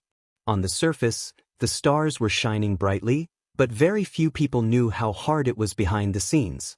Therefore, he had to urge his precious mommy to exercise and improve her physical strength. Sob, "No, you don't get married. Just take care of mommy for the rest of my life." Yun Shishir hugged Yu tightly. The mother and son changed into casual clothes and ran a few kilometers in the morning. Huan Yu Corporation's annual cocktail party was at 7 o'clock in the evening. After yesterday's embarrassment, Yun Na felt uncomfortable all over. When she woke up, there was no one in the house. She felt hungry and wanted to find something to eat in the fridge. However, when she passed by Yun Shishir's room, she stopped in her tracks and glanced at it silently. She was a little tempted. She was curious and suddenly wanted to know what was in Yun Shishir's exquisite bag. She heard from her mother that Yun Shishir didn't come home yesterday with an exquisite luxury bag. She couldn't help but recall what He Lingxiang told her yesterday. Gu Xingze invited her to Huan Yu's cocktail party to be his female companion. Yun Na was extremely jealous when she heard that. Gu Xingze was a godlike figure in her heart. How could a bastard like Yun Shishir be worthy of being Gu Xingze's female companion? The more she thought about it, the more jealous she became. She did not know what kind of vixen this Yun Shishir was. What right did she have to gain the favor of so many producers and directors? She had worked so hard and sacrificed so much just to get the chance to attend tonight's gala, yet she had done nothing and was just trying to curry favor with the rich and powerful. At most, she was just a plaything for the rich and powerful for a while. Once they got tired of her, they would throw her away. Get rich? What wishful thinking! Yun Na walked to the door and tried to open it. The door wasn't locked. This idiot was still so unguarded. She thought proudly and walked in confidently. Yun Shishir's room was very clean. The bed sheets were neat, the quilt was folded neatly, and the desk was neatly tidied. With a light sniff, the room was still filled with an elegant fragrance. Chapter 124. Yun Na sat in front of the desk and rummaged through the drawers. They were all textbooks, notes, pens, erasers, and a framed photo of her with her father. She flipped through them again. They were all extracurricular exercise books and exercise books. Just looking at them gave her a headache. She muttered softly, "Bookworm." After rummaging through them for a long time, she did not see anything good. Turning around, Yun Na wandered to her shabby wardrobe again. She opened the wardrobe and saw old clothes that had been washed white. Until she saw the exquisite handbag. Armani, it was actually Armani. She flipped it out and saw that it was an exquisite and luxurious gown. Oh my God, this was Armani's latest product released this spring. Yun Na often shopped in shopping malls, so she knew some of the expensive brands. She liked to dress up, but those clothes were too expensive. Her mother did not allow her to buy them because she felt that it was too extravagant. However, looking at Yun Shishir's gown, who gave it to her? Yun Na had seen this gown at a fashion show on TV before. She liked it very much. However, the price tag of 100,000 yuan shocked her. She did not expect Yun Shishir to have this gown. An unknown jealousy was slowly twisting in her heart. But why was she treated so well? Why was she chosen by so many directors and given such a beautiful and expensive gown? She was clearly such a lowly B***starred, but she was treated so well by her father when she came back. One had to know that ever since she was young, her father had never doted on her like he did on Yun Shishir. This B***starred had snatched away the love that originally belonged to her. As Yun Na thought of this, she suddenly felt indignant. She took out the gown and changed in front of the mirror. Looking at the beautiful gown in the mirror, Yun Na curled her lips in satisfaction. She twirled a few times happily, and her heart was overjoyed. Yun Shishir did not deserve such a good gown at all. Only she deserved to have it. Yun Shishir was a lowly Cinderella, and she was the princess. She was worried that she did not have a decent gown for tonight's cocktail party. Yun Na folded the clothes neatly. Out of the corner of her eye, she caught sight of an exquisite little box. A brocade box that seemed to be jewelry was quietly placed in the corner of the wardrobe. Out of curiosity, she reached out to take the box and carefully opened it. A magnificent and faint blue light flashed before her eyes. She often paid attention to jewelry magazines. This was the Vicomte from Van Cleef & Arpels' Secret Garden series. It was one of a kind in the world. Yun Na sucked in a breath of cold air in shock. In the depths of her pupils, the word Vicomte lay quietly in the brocade box, emitting a bright and dazzling brilliance. So beautiful! So beautiful! It looked like a sapphire necklace, giving people a cold and elegant feeling. The necklace was actually made of countless small diamonds connected together. Such a necklace must be worth a lot of money. How could Yun Shirshir have such expensive jewelry? Such a beautiful necklace for her? What a pity. Yun Na's eyes flashed with jealousy. Why did it have to be her? Why did she have to be the one to get such a beautiful necklace? How could she be so lucky? Chapter 125. She knew that she couldn't take it away. Yun Shirshir would find out about this necklace sooner or later. However, as she gazed at the dazzling sapphire, Yun Na took a deep breath of cold air. After hesitating for a long time, she gritted her teeth hatefully and gripped the box tightly. She casually tidied up the wardrobe, returned to her previous appearance, and rushed out of the door. Yun Na was still nervous and uneasy when she entered her bedroom. She felt a little guilty, and her heart was beating like thunder. She locked the necklace in the wardrobe, and only then did she calm down. She comforted herself in her heart. Anyway, Yun Shirshir wasn't wearing it. It was a pity, so she might as well give it to her. Even if she saw this necklace in the future, there were so many similar necklaces in the world. What reason could Yun Shirshir have to say that she stole her necklace? Anyway, it was her necklace. She could just insist on it. She could just say that she bought the exact same necklace. Anyway, she just liked this necklace. She would dress up and attend the cocktail party tonight. She would definitely amaze everyone. Then, she wouldn't have to care about Yun Shirshir's attitude anymore. She must succeed. However, Yun Na still felt unusually guilty because she had done something wrong. She was afraid that Yun Shirshir would find out when she came back. She hurriedly took her clothes and necklace, called He Lingxiang, and calmly left the house. Yun Shirshir returned home from her morning exercise. She planned to tidy up and go to the cocktail party. However, when she returned to her room, she found that it was a mess. The gown and necklace she had prepared were all gone. She panicked for a moment. Yu couldn't help but be shocked. He even suspected that a thief had broken into the house. However, he only understood when he saw the earrings that Yun Na had unintentionally left on the floor. His eyes couldn't help but turn cold. There was no lock in the room. He originally thought that Yun Na would learn from her mistake and wouldn't dare to go against his mother. Who knew that he would still be so bold? The phone screen suddenly lit up. Yun Shirshir saw that it was an unfamiliar number. She hesitated for a moment before answering the call. The phone screen suddenly lit up. She saw that it was an unfamiliar number. She hesitated for a moment before answering the call. Hello. Shirshir, are you home? Gu Xingzi's gentle voice came from the other end of the phone. I'm at home. Gu Xingzi said. Do you live in Ping'an district? I'll be right there. However, something happened. Yun Shirshir rubbed her forehead with a headache. She looked back at her room and sighed helplessly. I'm really sorry. I might not be able to attend tonight's party. What happened? For some reason, even Gu Xingzi did not notice the tension in his words. Today, he was in a good mood. He was even looking forward to tonight's banquet. Now that he heard that Yun Shirshir was not going to the banquet, he felt an inexplicable sense of loss. What happened? Yun Shirshir replied, My gown. I don't know where it went, and the necklace you borrowed, lost? I'm not sure. When I got home, my room was in a mess. I was careless and forgot to lock the door. Gu Xingzi heaved a sigh of relief when he heard that. Oh, I thought it was something serious. His manager, Qin Zhou, who was eavesdropping on the conversation, couldn't help but cry out in frustration. Chapter 126. Oh, my little ancestor. That secret garden necklace is the treasure of Empress. Great-grandmother, how could you lose it? This necklace had a long history. He had mustered up his courage to borrow it from the director behind the CEO's back.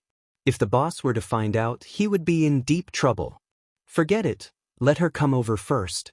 It's still early. It's not too late to pick out another gown from Empress. Qin Zhou made a decision at the side. Gu Xingzi's car was parked at the entrance of Ping'an district. The extended, luxurious Bentley attracted the attention of the neighbors in the neighborhood. In a slum like this, these commoners had never seen such a luxurious car before. For a moment, they crowded around the car and pointed at it with envy in their eyes. Yun Shirshir hurriedly got into the car and drove off. The neighbors couldn't help but start whispering to each other as they looked at the back of the car. Isn't that the child from the Yun family? She's called Yun Shirshir. I heard that she's Yun Yeching's illegitimate daughter. Illegitimate daughter? Why did I hear that she's the child of Yun Yeching and his ex-wife? Who knows if she's Yun Yeching's biological daughter? How does she resemble Yun Yeching? Sigh, that old Yun has been cuckolded for who knows how many years. He's even raising a bastard child for someone else. The Bentley sped all the way to the busiest shopping mall in the capital. Empress was a luxury fashion brand favored by the capital's wealthy socialites and movie queens. The interior of the store was luxuriously decorated. From the top-notch handmade gowns from Milan Fashion Week to a series of luxury brands from Italy, Empress was the capital's most eye-catching fashion icon.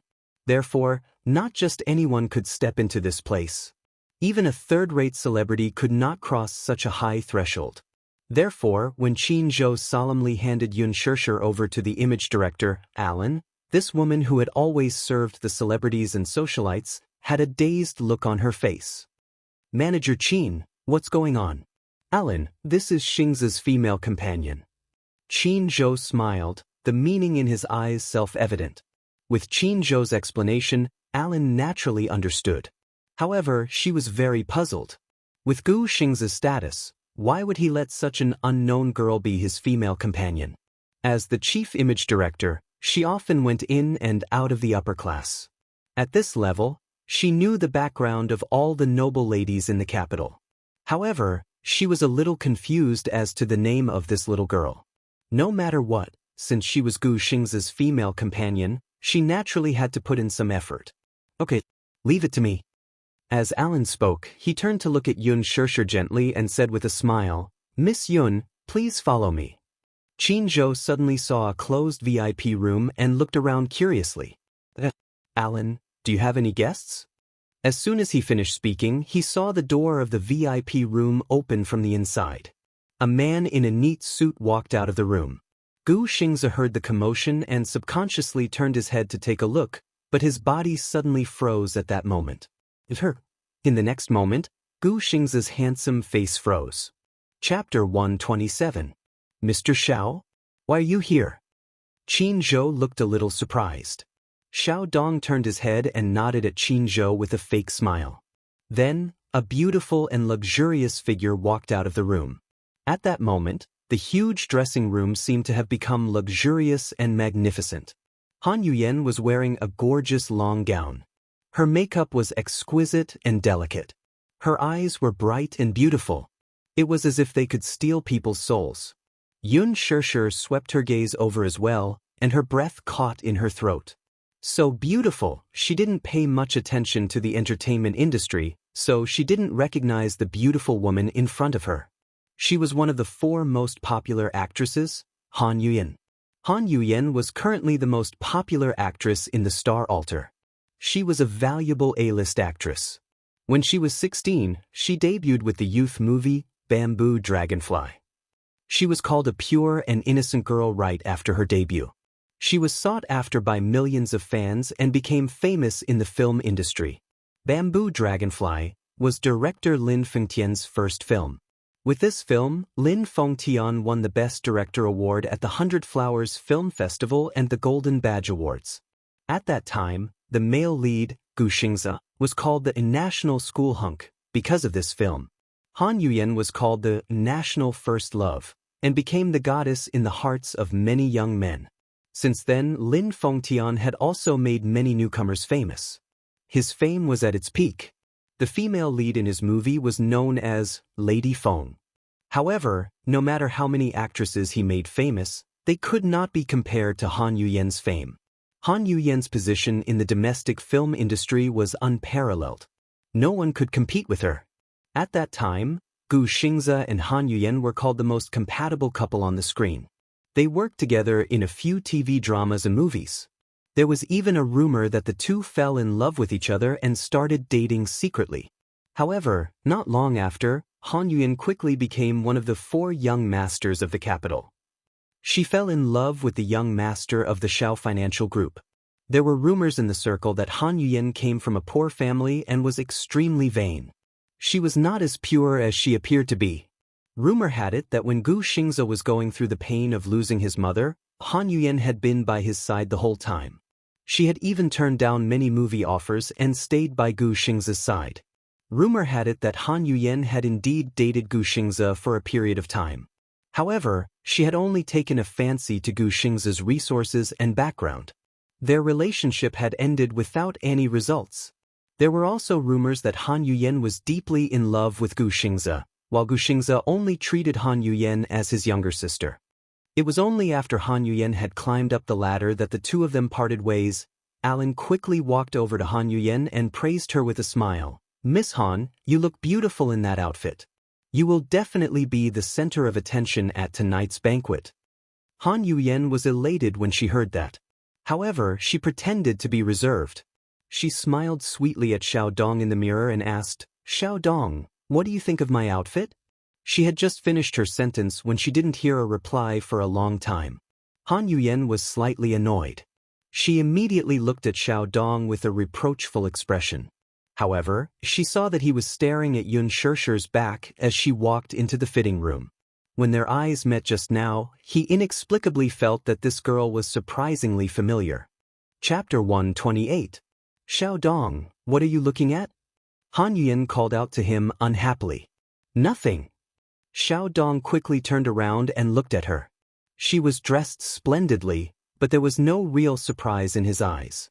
"Yuyen, you look beautiful in this dress." Han Yuyen did not notice the strangeness in his words. She was immersed in his praise and swayed her body proudly in front of the dressing mirror.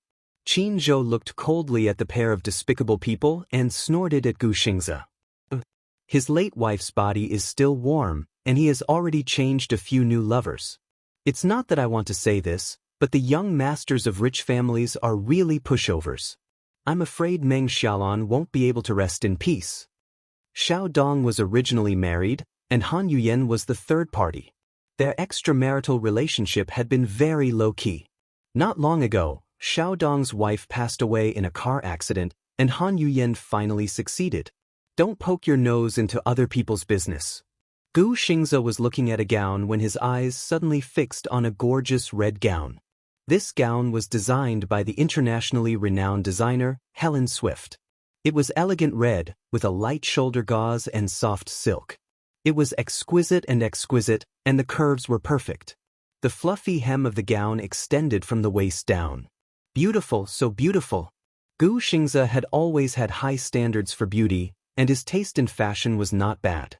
"This one," Gu Xingze ordered briefly. Alan immediately walked over and took a look, but shook his head tactfully. "Xingze, this gown is the treasure of our store." Was he sure he wanted to give this gown to that unknown girl? Wouldn't that be a waste? Moreover, the designer of this gown had said that not all Asian women could do it. She saw that the girl's body was a little thin, and she might not be suitable. Moreover, even if she was suitable, if other socialites saw it, they would definitely make a fuss. After all, this gown had never been worn by anyone before. Many socialites and actresses had wanted it, but none had succeeded. Han Yuyen was also attracted by their conversation. She looked over and blushed slightly when she saw Gu Xingze. No female celebrity in the industry could resist Gu Xingze's charm. It was the same even for Han Yuyen, who was the A-list heavenly queen. She had once loved him deeply, but he was heartless. She had been deeply in love with him for 4 whole years. She elegantly lifted the hem of her dress and walked over. Seeing his deep gaze on the gown, she reminded him softly, "Xingze, just now, I also took a fancy to this gown. But the director said that this piece of clothing is the treasure of Empress. It's priceless. Even I was rejected." In other words, which woman was qualified to wear the clothes that even she couldn't wear? Gu Xingze acted as if he didn't see her. He said to Alan, "This one. Unlock it." Han Yuyen was annoyed that she had been completely ignored. It wasn't until Xiao Dong coughed softly behind her with a displeased expression that she turned around awkwardly. However, she saw that the man's gaze was slightly cold. Only then did she realize that she had lost her composure. "Xingze, this shirt, Gu Xingze didn't listen to her explanation. When a piece of clothing is designed, it has to be complemented by a beautiful person. Alan, don't you believe in my taste? Alan naturally couldn't refuse. He quickly asked his assistant to unlock the display window and ordered someone to take out the gown and send it to Yun Shishir's fitting room. Chapter 129. Qin Zhou's heart was filled with anticipation. He had also taken a liking to the dress and wondered how stunning Yun Shishir would be in it. Yun Shishir quickly changed into the dress and Alan brought her into the dressing room. Xiao Dong initially wanted to leave, but Han Yuyan insisted. She wanted to see how capable this young lady was to be able to bring out the aura of the dress. Makeup, styling, accessories, high heels. It was not easy for a woman to dress up. Xiao Dong and Han Yuyan were already impatient, but Gu Xingze was patiently reading a fashion magazine on the sofa. The door to the dressing room suddenly opened, and Yun Shishir gracefully strode out with her gown in hand, attracting everyone's attention. Amidst Qin Zhou's amazement, Gu Xingze put down the magazine in his hand and saw Alan carefully pushing Yun Shishir in front of him with a face full of admiration. Xingze, look, are you satisfied? Alan continued to praise her as he spoke. I really didn't expect Miss Yun to be able to bring out the aura of the dress perfectly. Miss Yun is the most elegant lady I've ever seen. If Miss Helen sees her, she'll definitely like her. Gu Xingze looked at Yun Shishir, and with just one glance, he could not help being attracted to her. He had been in the entertainment industry for many years and had seen countless people. However, at this moment, he couldn't help but marvel at the wonder and beauty of the creator. Beautiful. Extremely beautiful. Yun Shishir stood with her hands on her waist, looking noble and elegant. The red dress accentuated her exquisite and graceful figure. The soft satin clung tightly to her body, making her look sexy but not revealing. At the same time, it understated the nobility and restraint of the aristocracy. This was a dress that combined the mysterious sexiness of the East with the noble and elegant elements of Europe. It was tailor-made by a top designer and a top designer. This dress was worth a lot. Alan's evaluation was that Yun Shishir perfectly brought out the value of this dress. Even Gu Xingze couldn't help but be mesmerized. He couldn't look away for a long time. As a result, Yun Shishir couldn't help but blush as he sized her up. Alan snickered in his heart. Although Second Master Gu usually looked cold and aloof, he was still a man after all. Furthermore, Yun Shishir was as beautiful as a queen. Any man would find it hard to resist her. Very beautiful. Gu Xingze admired her for a long time and commented from the bottom of his heart. It was a simple word, but it couldn't hide his amazement. Yun Shishir smiled faintly. She didn't seem to be overly proud of herself because of his comment. She looked at Qin Zhou respectfully and politely. Qin Zhou nodded even more diligently. Shishir. Thank you. Yun Shishir smiled and elegantly turned around to look at herself in the mirror. She completely ignored the burning gaze from the side. Xiao Dong didn't expect that there would be a woman who was so beautiful. At this moment, all his attention was on her. The dress was beautiful, but what was even more beautiful was Yun Shishir's noble and restrained aura. Any man would be mesmerized by her. And he was no exception. Han Yuyan's eyes reddened. A woman's jealousy was very strong. She was like a proud peacock. She was originally proudly spreading her tail, but when she saw her territory being conquered, she couldn't accept it. Chapter 130. She was originally the center of attention, but now, no one in the hall was looking at her. She was like a doll that had lost its love and was mercilessly thrown aside. Han Yuyan tugged at Xiao Dong's sleeve, feeling wronged. Darling, I also want this dress, she muttered softly. Buy it, I want to wear it to the gala today. If I wear this dress, I'll definitely be prettier than this girl from God knows where. For a long time, the man did not respond. Han Yuyan raised her head in dissatisfaction and saw that Xiao Dong was also staring at Yun Shishir. His eyes were filled with amazement, admiration, and some unknown emotions. She looked even angrier and her tone became unhappy. Xiao Dong. Yes. He came back to his senses and lowered his head to look at her. Han Yuyan did not say anything else this time and only stared coldly at the dress. But Xiao Dong hesitated for a moment.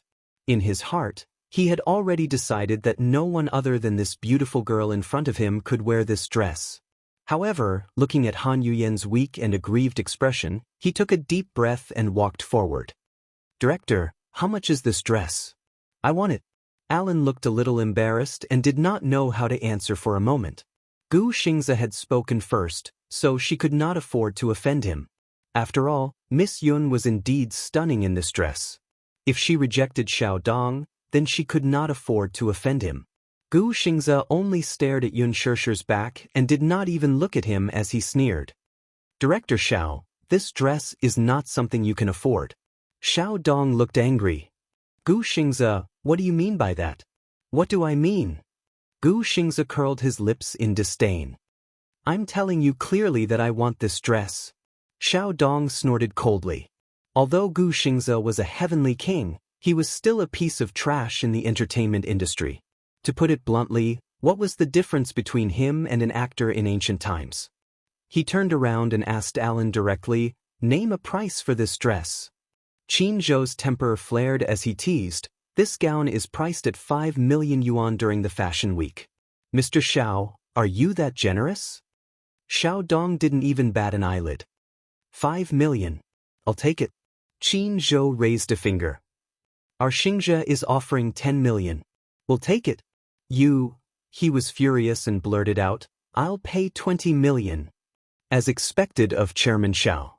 Generous, so generous." Qin Zhou smirked. "But Xingze has taken a liking to this gown. It won't be a problem for him to fork out 30 million yuan. 50 million? Xiao Dong slammed the table. Qin Zhou was speechless. Han Yuyen, who was standing at the side, saw the surprise on everyone's face and laughed secretly. The man she had hooked up with was the future owner of the Xiao enterprise. He was rich and powerful. Even though Gu Xingze had been in the entertainment industry for 10 years, he was still just a celebrity. How could he compare with Xiao Dong? Alan's face was also a little embarrassed. He only said faintly, "I'm very sorry, Mr. Xiao. Since young Master Gu has taken a fancy to this gown, he definitely won't let anyone else have it." "Master Gu? What did that mean?" "But he's just a small celebrity." Qin Zhou frowned slightly and retorted mercilessly, "Mr. Xiao, please be more respectful with your words. Our Xingze isn't someone a small business supported by a woman can afford to offend." The Xiao enterprise wasn't as powerful as it was now. Xiao Dong was a man of striking appearance. Under his father's arrangement, he married the daughter of the wealthy Meng family. With the support of the Meng family, the Xiao enterprise was established today. Xiao Dong was furious.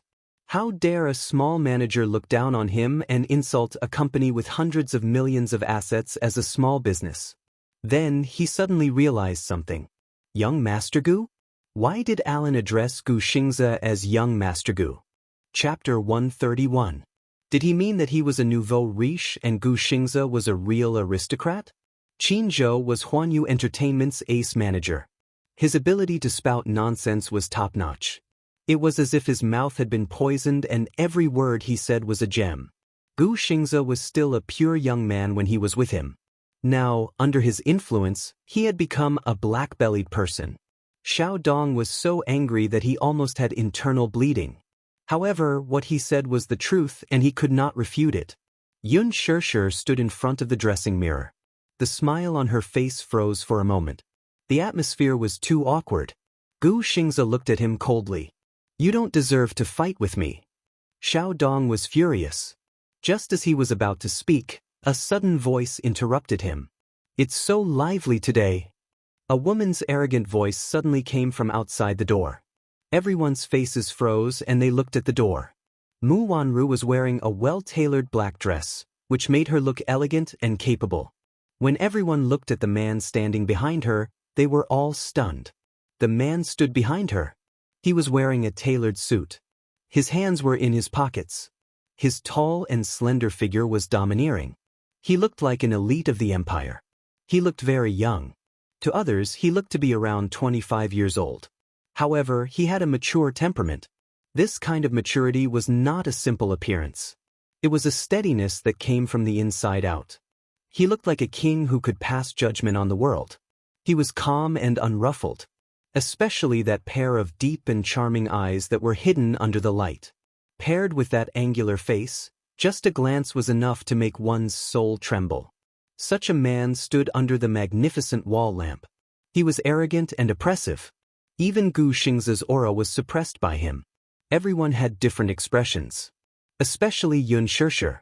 Her face, which was originally exquisitely made up, turned pale. She looked gloomy as she hid behind Gu Xingza. The man saw her immediately. A strange look flashed across his eyes. However, it quickly disappeared. Beside him was a boy in a small suit. His hair was neatly combed, but his handsome face was cold and unruly. It was him, Xiao Yichen. Yun Shirshir's gaze fell on the child without blinking, and her lips began to tremble. She bit down hard on her lips and suddenly met Xiao Yichen's gaze. In a moment of confusion, she turned her face away from him. Xiao Yichen felt increasingly strange. This woman is really strange. Why did she look so unnatural when she saw him? She seemed to be avoiding him? Everyone had different expressions when they saw little Munchkin.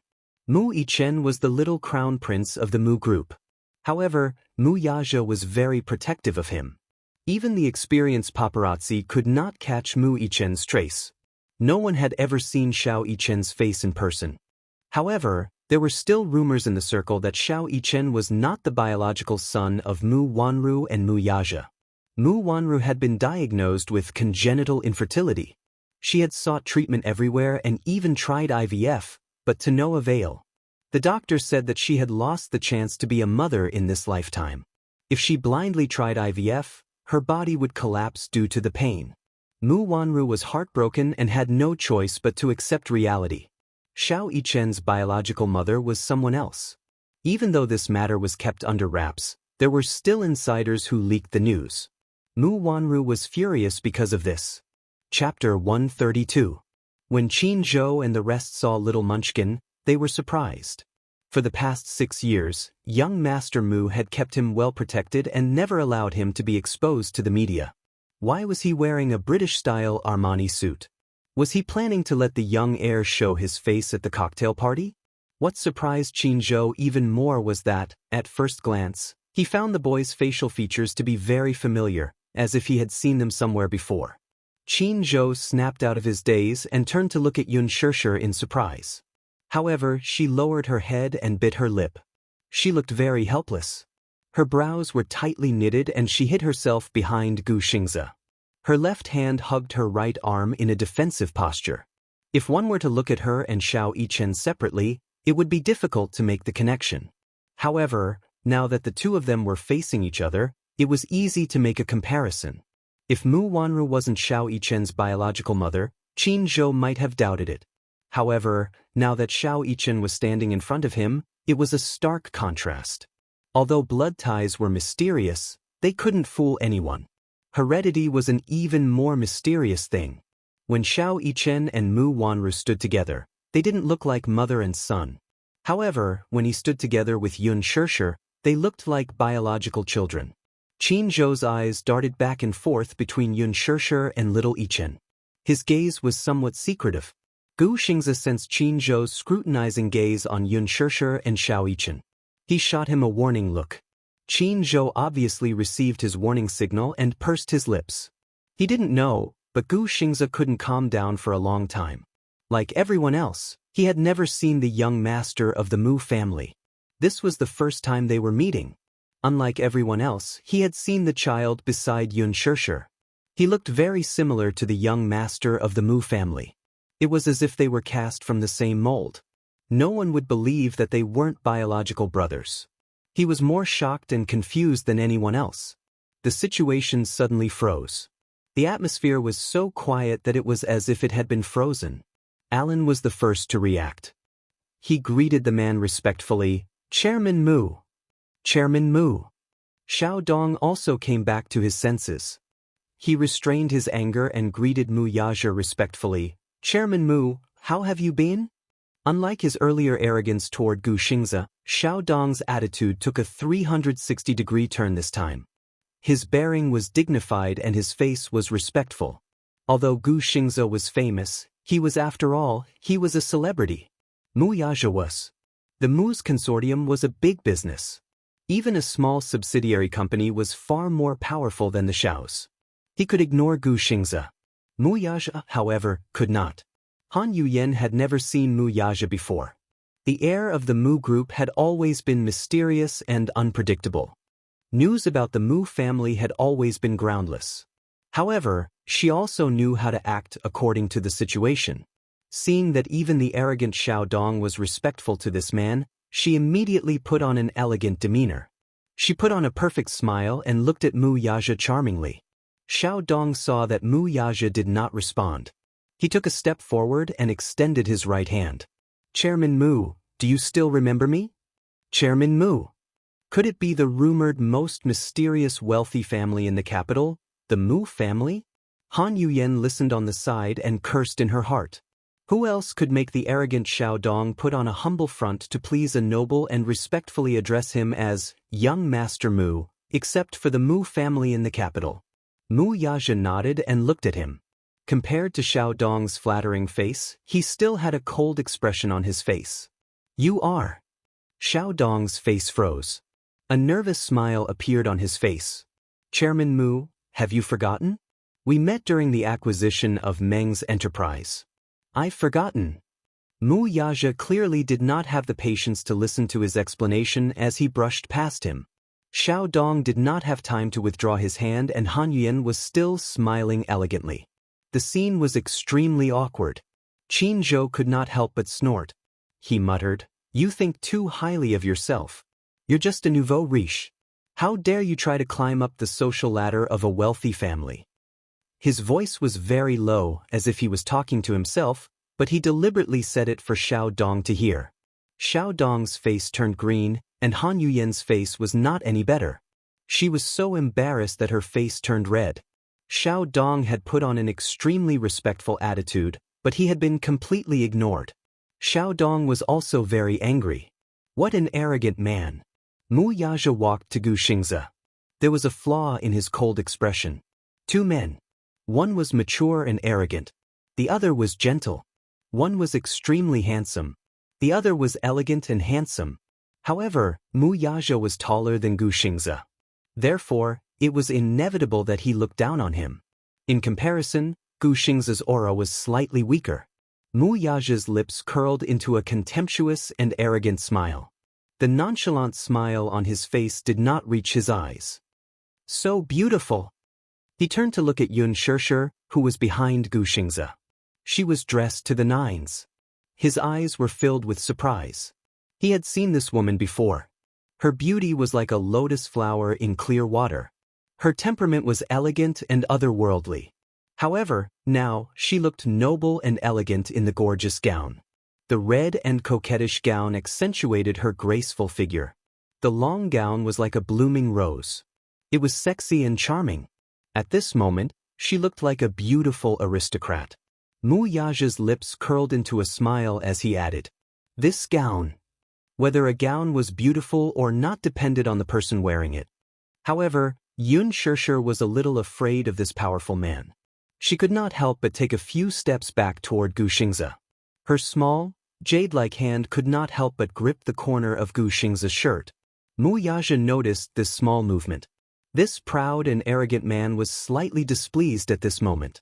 Xiao Yichen stood aside and blinked. He felt that this woman was a little strange. She looked so timid, just like a little deer. However, Xiao Yichen felt that this woman was really beautiful from the bottom of his heart. She was dressed in a luxurious red gown. It was especially elegant and noble. She was beautiful, but at the same time, she gave him a strange feeling. He felt like he had seen this woman somewhere before. Faintly, some fragmented dreams appeared in his mind. He could not remember them at the moment, but he felt that this woman was so familiar. So familiar, it was as if there was some kind of deep bond between the two of them. This feeling was indescribable, but it felt very close. When he saw her for the first time, she did not feel unfamiliar. She even gave him an inexplicable warmth. This kind of warmth was too unfamiliar, but it was fascinating. He had never felt it even from his mother. Xiao Yichen tilted his head. His mind was a little messy. His dearest mommy was standing right next to him, but he felt so distant. An unfamiliar woman was standing in front of him, but he could feel her gentleness. Xiao Yichen pursed his lips and shook his head. Don't let your imagination run wild. Mu Wanru looked at Yun Shishir and saw the gown that was so beautiful that it was difficult to look at it directly. She felt even more dazzled. Yun Shishir, who was standing in front of Mu Yaja, looked like a fairy queen. She was luxurious and elegant, but she was just a commoner. How could she have the right to step in here? Empress was the fashion symbol of the aristocratic circle. How could a commoner be so ignorant as to invade her territory? Furthermore, she was in such a glamorous position. Wasn't this a provocation to her? Alan! Mu Wanru shouted in a low voice. Alan immediately smiled respectfully and said, "Yes, Miss Mu." Since when did Empress welcome a lowly commoner like her? Mu Wanru pointed at Yun Shishir arrogantly. Her voice was cold as if she was driving away a lowly beggar. Alan's face immediately looked a little awkward, but he cursed in his heart. Io, if you're jealous, you can just say it directly. How did Miss Yun provoke you? Isn't she just prettier than you and more elegant than you? Miss Mu, you really don't choose your words carefully when you're jealous. Miss Mu, you've misunderstood. Miss Yun was invited by Xingzhe. Oh! Mu Wanru laughed arrogantly. Xingzhe, since when did you have such low standards to invite such a poor commoner to a place like this? Qin Zhou's face immediately turned cold. Miss Mu, please tone it down. Show some respect. People don't live too well. Since when is there a difference between nobles and commoners? There's no sign at the entrance of Empress that says commoners are not allowed in. As he said that, he pretended to cry. Miss Mu, the commoner you're talking about, are you referring to me? Mu Wanru's face turned pale. She endured it and said, I'm not talking about you. Then, is it our Xingzhe? Qin Zhou looked at her pitifully. He was just short of using a handkerchief to pretend to be innocent. No, I'm talking about her. Mu Wanru secretly gritted her teeth and pointed at Yun Shishir. Aya, how did our Shishir become a commoner? She's Xingzhe's date tonight. I brought her here to try on this gown. Xingzhe's date? Gu Xingzhe's date? Mu Wanru was so shocked that her expression changed. Even Han Yuyen was shocked. Gu Xingzhe's date? What did that mean? It meant absolute exposure and headlines. Just based on Gu Xingzhe's popularity, he could dominate the headlines of many entertainment pages. Why? What did this woman have? Back then, when Huan Yu promoted Han Yuyen, the company's higher-ups repeatedly pressured Gu Xingzhe to walk the red carpet with Han Yuyen, but he ignored them all. What did this woman have? Han Yuyen's eyes turned red with jealousy. Mu Yaja's gaze turned cold. Gu Xingzhe's date? Would she be attending Huan Yu's annual cocktail party tonight? This woman was dressed up for another man. Chapter 133. Mu Yaja lifted his arrogant chin slightly and looked at Yun Shishir with a deep and cold gaze. An inexplicable sense of displeasure grew in his heart. He lifted his chin, especially when he saw Yun Shishir hiding behind Gu Xingzhe like a frightened cat. His thin lips curved into a cold smile. She was so wary of him, yet she was so close to another man. The great President Mu naturally felt uncomfortable. Hence, he looked at her deeply and turned his face away. He turned around and sat down on the sofa leisurely. The atmosphere was extremely strange. Xiao Yichen stood at the side, his handsome little face faintly showing a trace of displeasure. He didn't know why, but when he found out that Yun Shishir was Gu Xingzhe's female companion, he obviously felt unhappy. He actually felt that this woman and Daddy looked very compatible when they stood together. Xiao Yichen was stunned by his own thoughts. Why would he have such a thought? It was too inexplicable. But this woman was very strange. He felt an inexplicable sense of closeness to her. But the little munchkin was a little confused. They were indeed father and son. Even their awkwardness was similar. Mu Wanru looked around arrogantly. When her gaze landed on Yun Shishir, she suddenly felt a stab in her eyes. That luxurious gown was so glaring in her eyes. She then shifted her gaze and elegantly approached Yun Shirshir. With a condescending look, she squeezed out a mocking smile from the corner of her lips. Huh, Xingze, when did your standards become so low? You actually found such a poor and lowly person to be your female companion? Mu Wanru glanced at Yun Shirshir with a faint smile. Her eyes were full of contempt, as if she was a high and mighty queen and Yun Shirshir was like a lowly female slave. The two of them had similar figures, but Mu Wanru was wearing a pair of 8-centimeter-high stilettos, which made her taller than Yun Shirshir.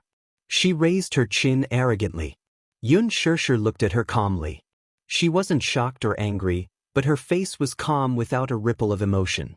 This is the work of Master Helen, who won the Fashion Week's Gold Award. Mu Wanru raised her chin high. Who allowed you to wear it? Upon hearing this, Alan shrank his shoulders and immediately said respectfully, Young Madam Mu, I was the one who put it on her. You? Mu Wanru looked angry. Do you know how expensive this dress is? Who allowed you to put it on her?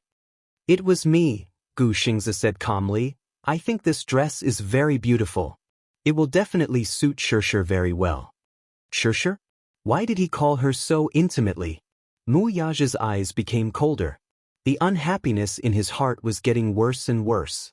Seeing Gu Xingze speak, Mu Wanru softened her tone. Xingze, this dress is Master Helen's work. It's very expensive. How could you bear to? She's worth it. Besides, Shirshir does look beautiful in it. Gu Xingze lowered his head to look at her and reached out to tidy Yun Shirshir's slightly messy hair. This seemingly intimate action couldn't help but hurt some people's eyes. Especially Mu Yaja, the unhappiness in his eyes became more and more bottomless. Damn it, he minded. He actually minded other people touching her. He was such an eyesore. This feeling was so damn unpleasant. Mu Wanru didn't notice Mu Yaja's unfathomable expression at all. She said, Xingze, tonight is Huanyu Entertainment's annual cocktail party. There will be many distinguished guests and entertainment media present. Aren't you afraid of being mocked for bringing such an unknown female companion? When Qin Zhou heard her say such harsh words, his brows furrowed deeply and he was filled with displeasure. Alan also said softly, I think Miss Yun looks very good in it. Mu Wanru frowned slightly, pursed her red lips, and shot a sharp look at Alan. He was so frightened that he shut his mouth on the spot and didn't dare to say another word. When Han Yuyan heard this, her heart was filled with anger. She had long disliked this girl who had neither fame nor family background. She detested her to the core. Mu Wanru's sarcasm seemed to have helped her vent her anger and supported her. She was happy and mocked her. What young Madame Mu said makes sense. A poor person will always be a poor person.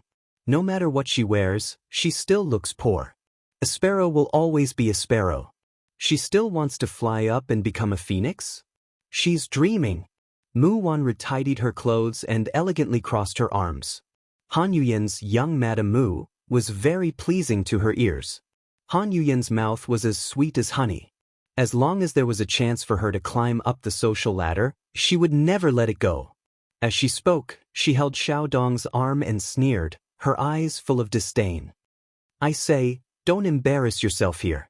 Go back to your slum. Qin Zhou raised his eyebrows and sneered. You said that our Shirshir is poor. Heavenly Queen Han, are you from a noble family? Han Yuyan was speechless. Of course she was not. On the contrary, her family was poor since she was young.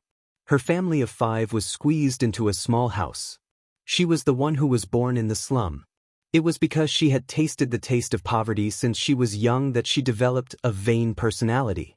When she graduated from junior high school, she entered an art school early and became an art student. She did not have the talent for learning and did not have the conditions to do so. It was only until she auditioned for a movie before she graduated that she was lucky enough to get that role that she successfully made her debut. In order to make her debut, she did not hesitate to use any means and suffered some hardships. Now that she was famous, the hardships were over. However, there were still many media outlets that made irresponsible remarks about her being uncultured. This had always been her sore spot. Qin Zhou saw her embarrassed expression and sneered. Our Shirshir is still a university student. No matter what, she's still a top student. Moreover, our Shirshir is also highly regarded by Director Lin. Director Lin? Han Yuyen's expression changed. Director Lin? Which Director Lin? You're really forgetful. You don't even remember the teacher who made you famous? Qin Zhou said indifferently. Lin Fengtong. How could she forget? He was one of the most talented directors in the Chinese film industry. The 2 movies he directed had been the box office champion for 3 years in a row. Wasn't he preparing to film a movie based on a famous youth novel? Could it be that she was the female lead? Mu Wanru's eyes were filled with surprise. On the sofa, Mu Yaja's handsome face also showed a hint of surprise. Han Yuyen suddenly sneered. How is that possible? Why would Director Lin choose her as the female lead? What right does she have? She was able to get the role of the female lead in Bamboo Dragonfly because she hooked up with the biggest investor of the movie. Because of this, Lin Fengtong was very dissatisfied with her and did not treat her well. What right did Yun Shirshir have? Could it be that she also used the unspoken rules? What right does she have? When Gu Xingze heard this, he smiled. As if there was no one around, he stretched out his arm and pulled Yun Shirshir to his side. His gaze was full of tenderness as he looked at her. Although some people come from ordinary backgrounds, their aura is elegant and refined. Although Yun Shirshir is not famous, she is the most beautiful girl I have ever seen. Mu Wanru looked at Gu Xingze and suddenly understood. Gu Xingze wanted to use his popularity to get more media exposure for Yun Shirshir. He wanted to pave the way for her. It was obvious that Gu Xingze was very satisfied with this female lead that Lin Fengtian had chosen. Otherwise, given Gu Xingze's proud and aloof character, he would not have used his high popularity to promote her. This Yun Shirshir, what did she do? Why was she always favored by the heavens? I don't care who chose her. She is not welcome here. Mu Wanru's eyes were full of viciousness. Her voice was distorted because of jealousy. Take it off and get out. When Yun Shirshir heard this, her face showed a trace of embarrassment. How could this woman humiliate her like this? It was too much. She smiled and asked, why should I? Would she take it off just because she asked her to? She, Yun Shirshir, was not someone who would be bullied. Mu Wanru laughed arrogantly, as if she had heard the funniest joke in the world. You are asking me why? When Alan heard this, he couldn't help but remind her, Miss Yun, I am very sorry. Empress is a business that the Mu Corporation has invested in. Yun Shirshir's eyes widened in shock. No wonder Mu Wanru was so arrogant. She was the female owner of Empress. Gu Xingze smiled and said, I will buy this gown. Mu Wanru sneered. Not for sale. 100 million, Gu Xingze said without batting an eyelid. As soon as he finished speaking, even Qin Zhou, who was standing beside him, was shocked. Oh my God. Was he crazy? 100 million, what kind of concept was that? Even if he liked Shirshir very much, it was only 100 million for a gown. Was it worth it? Yun Shirshir was deeply touched. She knew in her heart that this gown was not worth 100 million. Gu Xingze was only protecting her. If she really took off the gown and was chased out, that would be the greatest humiliation to her. And Gu Xingze was only using 100 million to protect her dignity. Was it worth it? Why was he so gentle with her? So careful and protective? Xingze, are you crazy? Han Yuyen could not stand it anymore and said, this gown is not worth 100 million. I like it, he said calmly and concisely. He did not care about Han Yuyen's unwillingness at all. 100 million, I will buy it. Gu Xingze looked at Mu Wanru calmly and announced. Mu Wanru was furious and looked at him in disbelief. Mu Yaja's cold voice sounded from the side. Not for sale. Hearing this, everyone sucked in a breath of cold air. He was not selling it even for 100 million. But Qin Zhou was also angry. Chairman Mu, 100 million is a sky-high price. Mu Yaja leaned on the sofa lazily and elegantly. He was as calm as an emperor in ancient times. His domineering aura spread to every corner. Chapter 134. Mu Yaja leaned on the sofa lazily and elegantly. He was as calm as an emperor in ancient times. His domineering aura spread to every corner of the room. "Do you think I lack this 100 million? Everyone's expression froze. After a moment of shock, they understood that Mu Yaja, as the heir of the huge Dishing Financial Group, naturally had the right to decide the life and death of the group. Dishing Financial Group was not only important in the capital, but also in the entire Asian financial industry. Mu Yaja did not lack 100 million. Han Yuyen was even more shocked. She only knew that the Mu family was one of the wealthiest families in the capital, but she did not know that the Mu family was so powerful. Compared to them, Xiao Dong, who was standing beside her with a serious expression, could not even withstand a single blow. Han Yuyen bit her lip hard and started to hate herself for being so short-sighted. She could not help but feel jealous of Mu Wanru. Compared to the Mu family, the Xiao family was a joke. It was nothing. Mu Yaja's overbearing provocation stunned Gu Xingze and Yun Shishir. Even Qin Zhou, who had always been sharp-tongued, sighed helplessly. He knew Mu Yaja too well. Obviously, he was going to challenge Gu Xingze to the end. Gu Xingze's face darkened. His eyes, which were usually as cold as water, had a trace of bone-chilling sharpness. He frowned and turned his face away. The two men stared at each other across the room. Instantly, the air was filled with tension. "President Mu, this gown is in the shop, but you're not selling it. What is the meaning of this?" Mu Yaja curled his lips elegantly and stood up slowly. As he moved, the air in the exhibition hall was filled with his aura. For a moment, the air became even more tense. "It's my right to decide whether to sell it or not. No one else has the right to interfere." Gu Xingze's eyes were cold and his muscles were stiff. He was about to speak when Yun Shishir grabbed his sleeve. Startled, he lowered his head and saw her smiling brightly. She said plainly, "Xingze, thank you for your kindness. However, I'd better take off this dress." "You don't have to be afraid. This dress suits you very well. I still like the white evening gown that you and Qin Zhou picked out. I like it very much." Yun Shishir shook her head and interrupted him. Han Yuyen heard this and sneered. This empress was the Mu family's business, so the ownership of this dress was naturally decided by Chairman Mu. Chairman Mu loves young Mistress Mu dearly. Why would he give her up? These words were truly ear-piercing. For some reason, Yun Shishir felt especially heartbroken when she heard this. This Mu Wanru was his fiancée. Naturally, he would not hand over the most beautiful evening gown to someone else. But why did her heart feel stuffy? Yun Shishir suddenly laughed mockingly. What was there to question? If he did not love his fiancée, was he going to love her? She was no one to him. However, Yun Shishir did not care much about it in her heart. Although this gown was luxurious, if she wore it tonight, she would definitely steal the limelight and attract everyone's attention. However, she was just a newcomer. She had no background and no works. If she was too ostentatious, she would definitely attract unnecessary trouble. She was not a vain woman. She did not care about what others thought of her. Yun Shishir smiled and walked to the fitting room.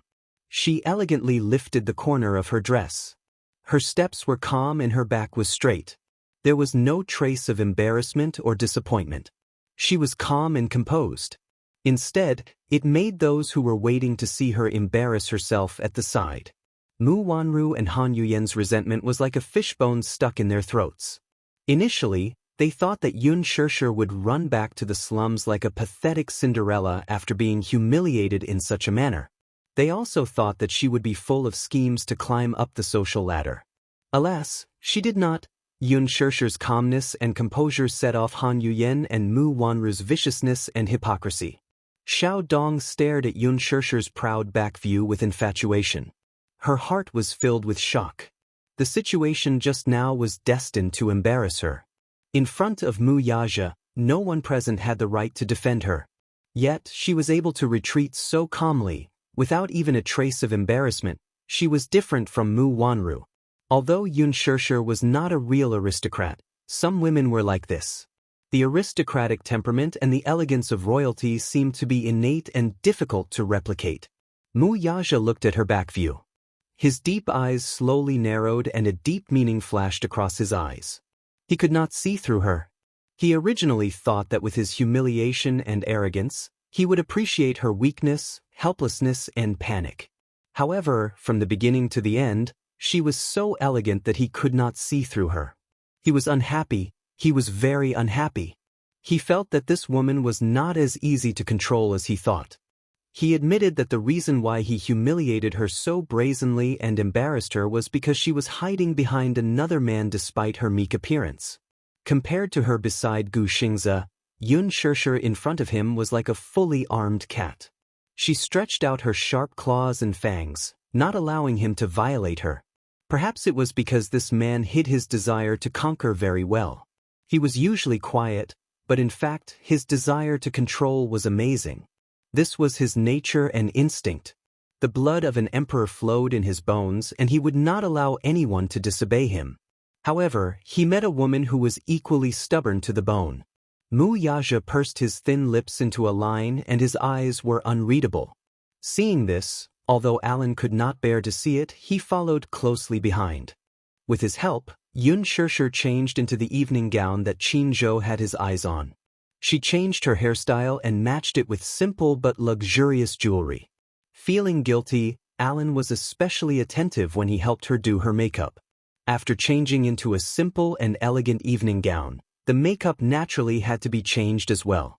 After changing the gorgeous makeup on her face to clear crystal makeup, Alan looked at her reflection in the mirror. What he saw was Yun Shishir's extraordinary face. Her facial features were exquisite and beautiful. Alan was a top stylist, so he did the makeup all by himself. Yun Shishir stood up and looked at Alan with a smile. She was still as perfect and flawless as ever. Alan was amazed again. A truly beautiful person was born extraordinary and did not need to rely on makeup. Even though Yun Shishir was only wearing a simple white gown, she was still radiant. When she lifted the hem of her gown and walked out of the changing room, she attracted everyone's attention once again. Gu Xingze was even more amazed than before. Xiao Yichen, who was sitting in Mu Yaja's arms, was even more amazed. Qin Zhou, who was beside them, was stunned. Han Yuyan, who was beside them, was jealous and amazed. This girl made people jealous. Her beauty and temperament were blessed by the heavens.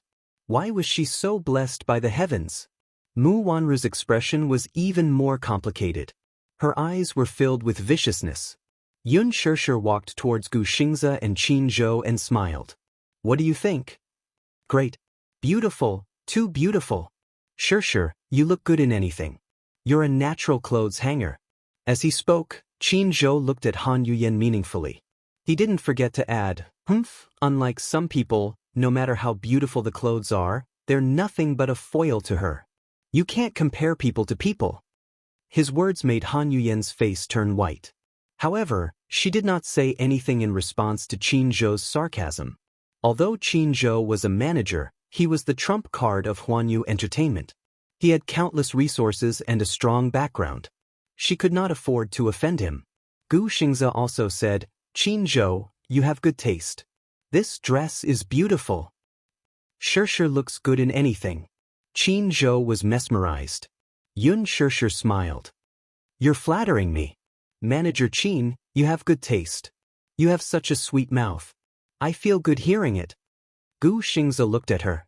The haze in his heart was instantly swept away. He turned to Alan and said, I'll take this dress. Put it on my tab. Alan nodded and carefully observed Mu Yaja's expression.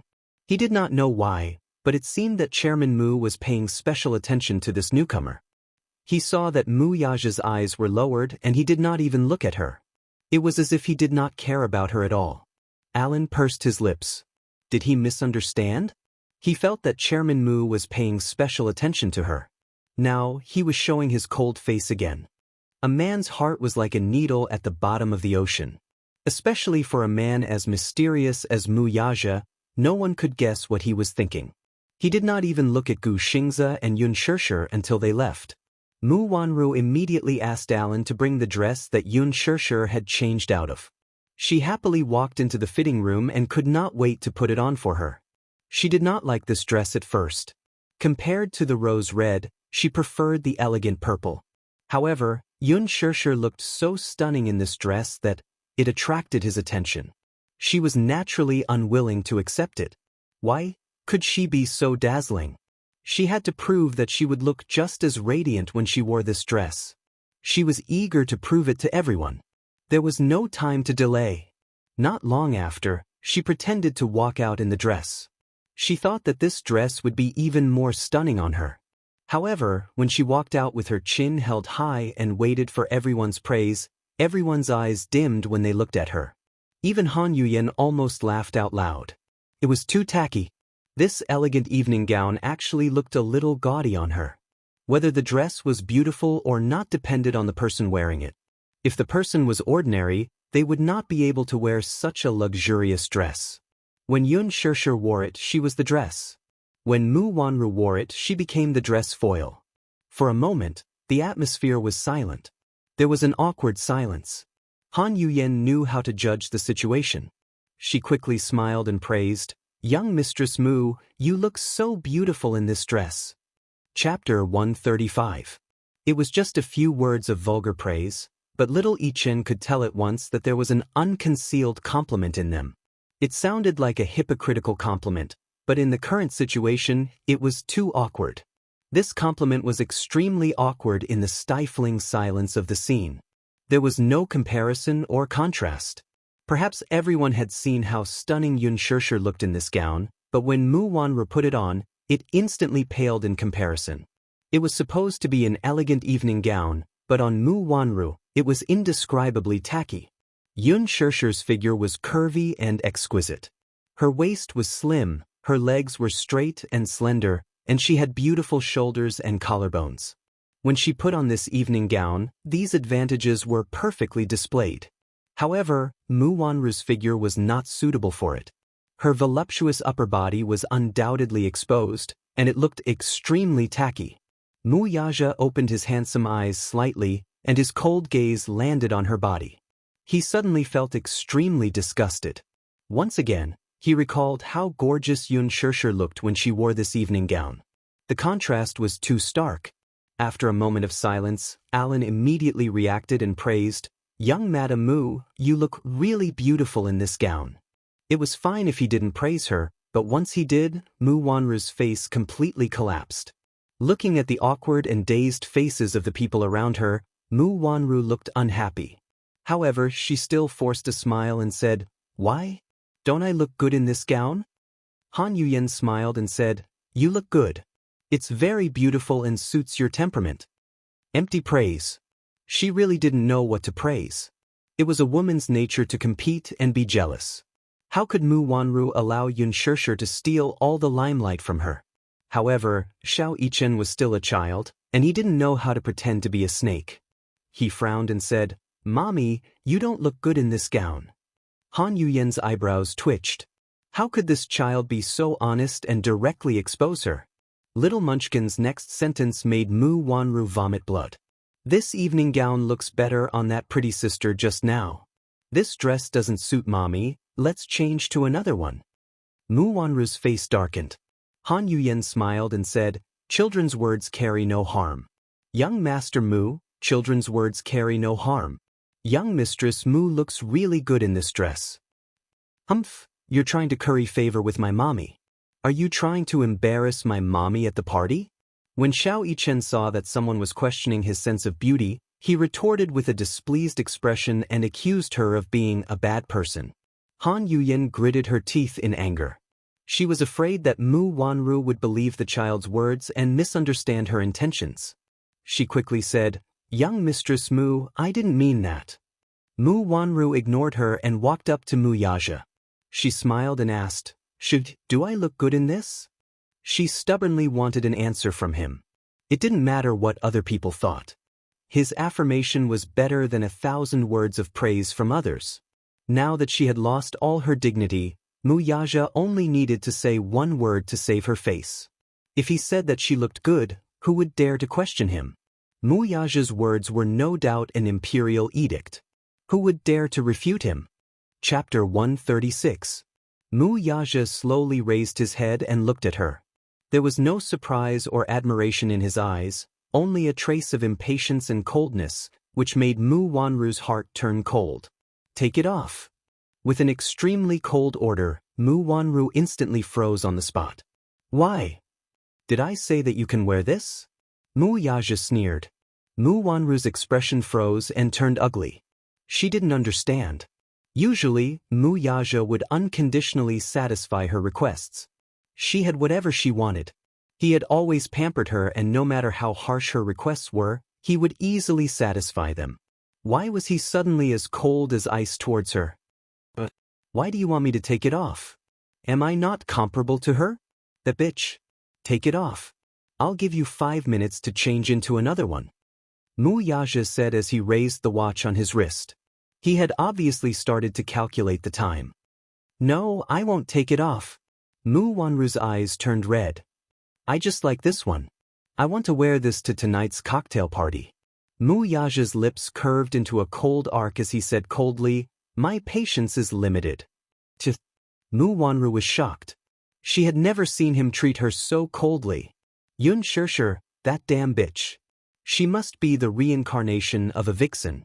All the men who saw her acted as if their souls had been taken away. Mu Yaja said coldly, there's still 1 minute.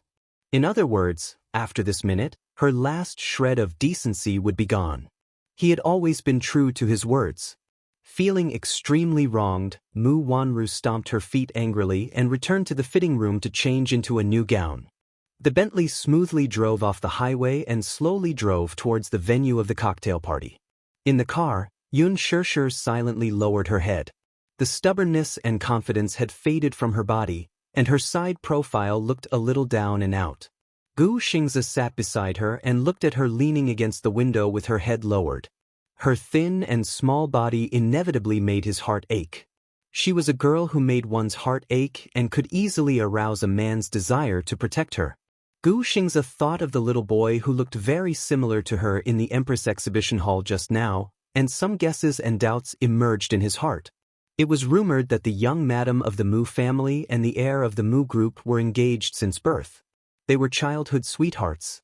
Mu Wanru was Mu Yaja's beloved fiancé. However, this was only on the surface. In fact, Mu Yaja was a man who was apathetic to the core. He had never fallen in love with any woman. Mu Wanru was not little Ichen's biological mother. She had been diagnosed as a mother's Mu. Xiao Yichen's biological mother was someone else. Could it be her? That day, he saw the boy in her arms. Whether it was age or facial features, he was exactly the same as Xiao Yichen. Gu Xingzi smiled slightly. He actually cared a little. However, he had no right to ask. Qin Zhou also kept looking at her. He wanted to say something but hesitated. He wanted to care, but he was in no position to ask. Yun Shirshir raised her head and looked at Gu Xingzi. She sincerely thanked him. Xingzi, thank you so much just now. Thank you for protecting me. What are you thanking me for? Gu Xingzi looked at her in amusement. That gown was really beautiful, but it's really not worth it to exchange for 100 million yuan. Not worth it? Gu Xingzi smiled and said, it's worth it. Yun Shirshir looked at the handsome man in front of her in surprise. His lips were curved into a gentle smile, but his tone was extremely firm. Chapter 137.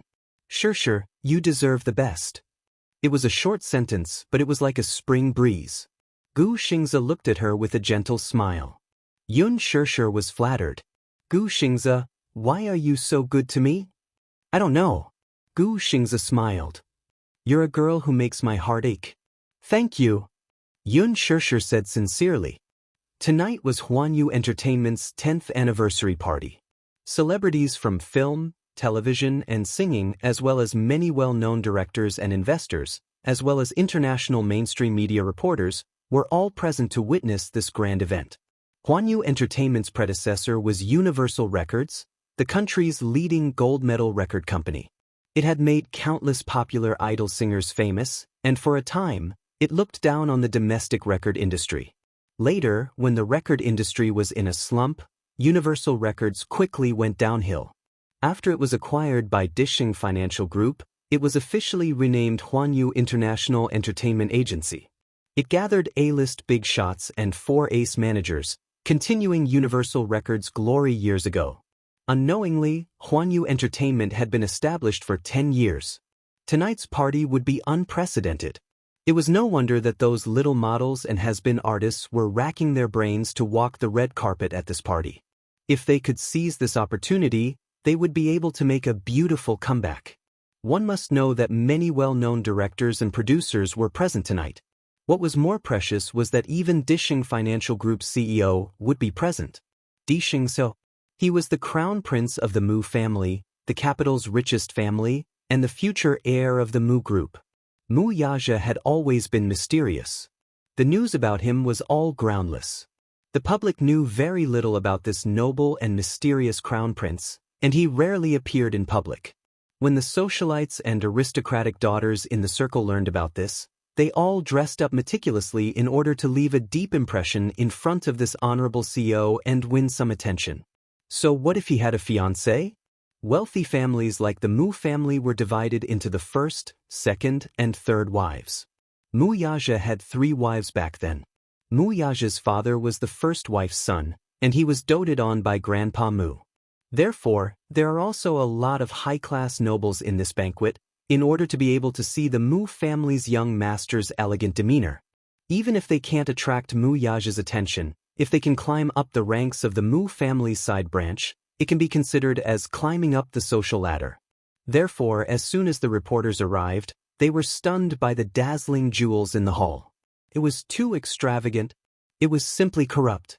In the entire capital, only the Mu family has such influence.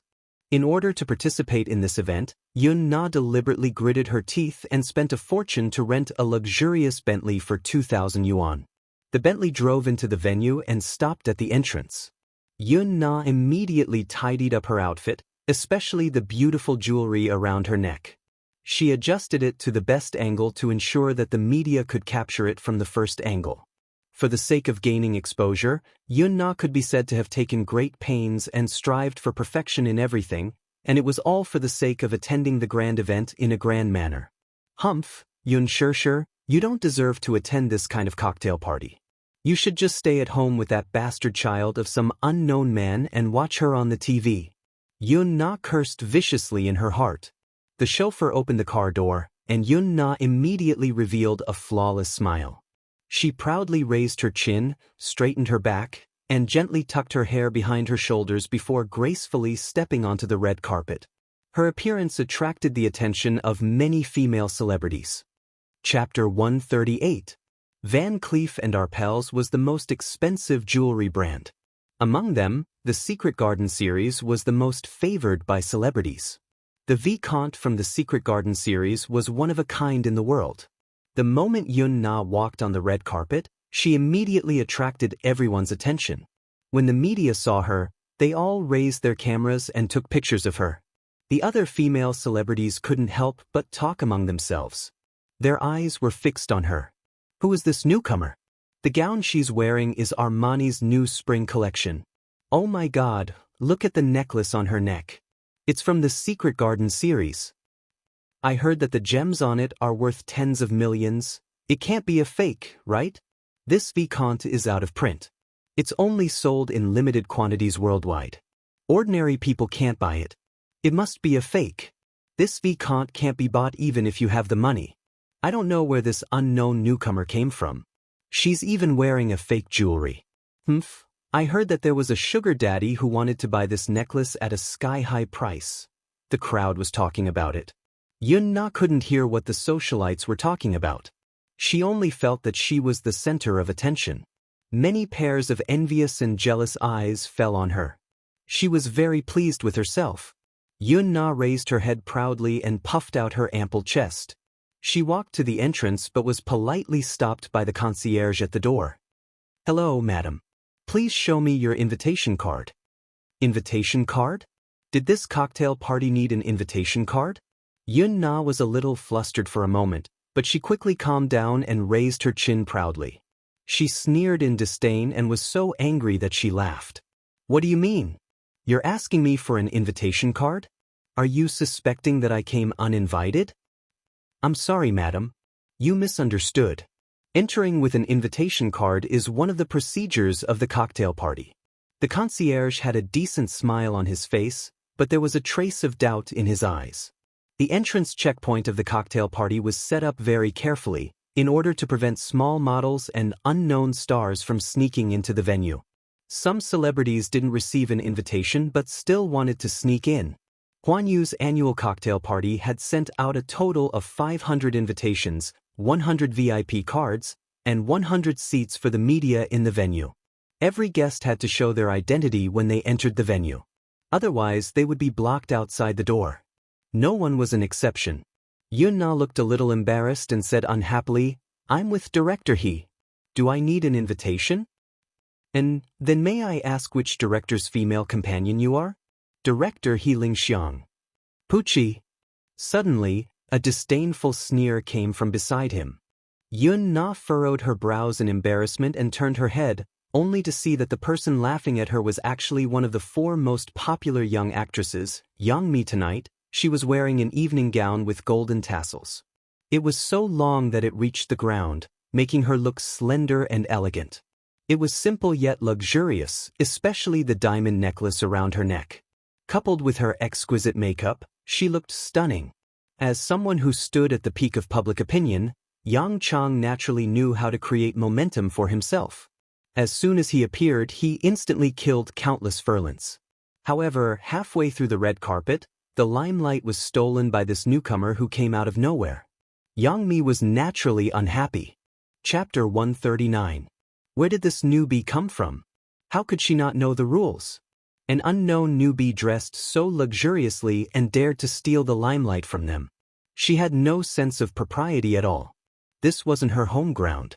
Was she doing this on purpose? Yang Mi didn't have a good impression of her. Yun-na was the typical big-breasted but brainless type. She had stolen the limelight the moment she appeared and offended many actresses. "Which director did you come with?" Yang Chang slowly walked in front of her and asked arrogantly. Yun-na looked at her and was a little defeated by her aura. This Yang Chang had such a strong aura. His arrogant eyes were so oppressive that even her confidence was suppressed. "I'm with Director He. I'm his female companion." Yang Mi was deliberately making things difficult for her. Who asked her to steal her limelight? She didn't know how to restrain herself. Naturally, she wouldn't let her off easily. There are so many directors with the surname He. Not everyone has the right to enter such an event. "Tell me your name and see if I know you." Yun-na bit her lip. Why did Yang Mi have to make things difficult for her? What did it have to do with her whose companion she was? However, she knew that Yang Mi was someone with a strong background. In the entertainment industry, every actress who was doing well had a strong backer. She couldn't afford to offend them. Otherwise, as a newbie, she wouldn't dare to offend someone and be blacklisted before she even debuted. Thus, she said respectfully, It's He Lingxiang, Director He. You can't even speak coherently. You're just a nobody who hasn't seen the world. You're delusional to think that you can enter such an event. You're not worthy." "Sister Mi, she just said that she's He Lingxiang's companion. That Director He." A well-dressed actress beside Yang Mi whispered to her. This actress was called Tang Yu. She had just debuted not long ago and played a supporting role in a period drama starring Yang Mi. She had gained some popularity with the audience and accepted many roles. Recently, she had been very close to Yang Mi. She seemed to be whispering, but it seemed like she was deliberately saying it to someone. Every word was extremely humiliating. Newbies nowadays are so unscrupulous in order to climb up the ranks? What kind of person is He Lingxiang? She has the ability to climb into Director He's bed. What a taste! Yang Chang sneered and said, "Isn't that so? Some newbies don't know the immensity of heaven and earth. They think that they can climb up the ranks just by hugging a big thigh. They don't even know how much they are worth. Don't think that the entertainment industry is a place where anyone can step into." That's right. Yun-na was filled with grievances as Yang Jian and Tang Yu made things difficult for her at every turn, yet she didn't dare voice her anger. She could only pinch the corner of her dress and purse her lips as tears welled up in her eyes. Tang Yu continued to add fuel to the fire. Look at her. She's pretending to be wronged. Big Sis Mi, she seems to be quite scheming. Look at her outfit, She's clearly trying to steal your limelight. She's not worthy. Yang Chang sneered. I think her outfit is fake. Yun Na immediately defended herself. No, no? Then where did the necklace on your neck come from? Yang Chang obviously didn't believe him. This necklace is worth tens of millions. Can you afford it?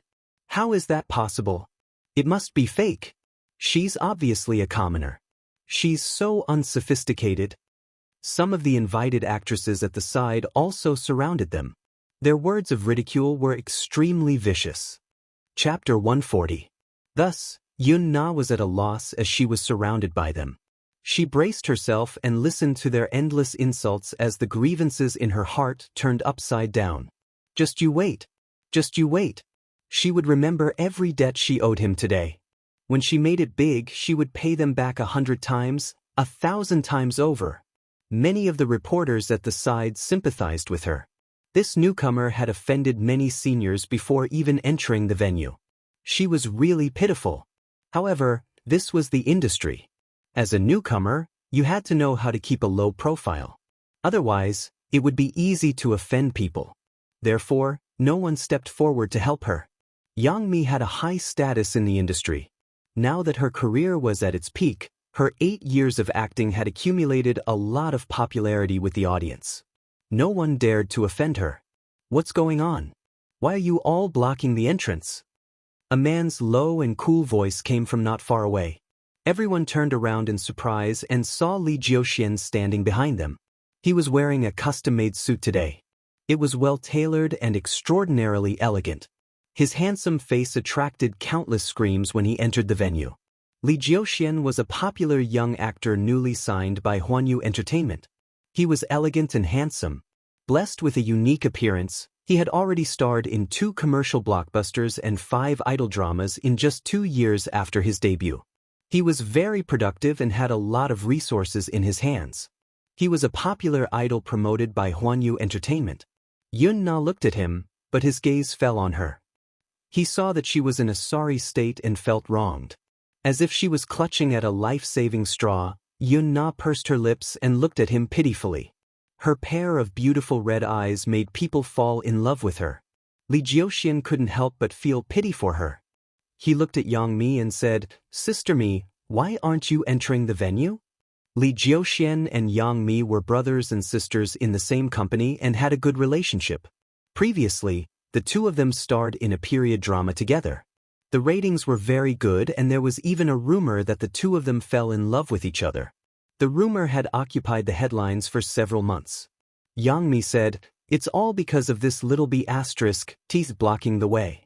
She's just a newcomer, yet she's so ambitious and wants to steal the limelight. Li Jiuxian smiled.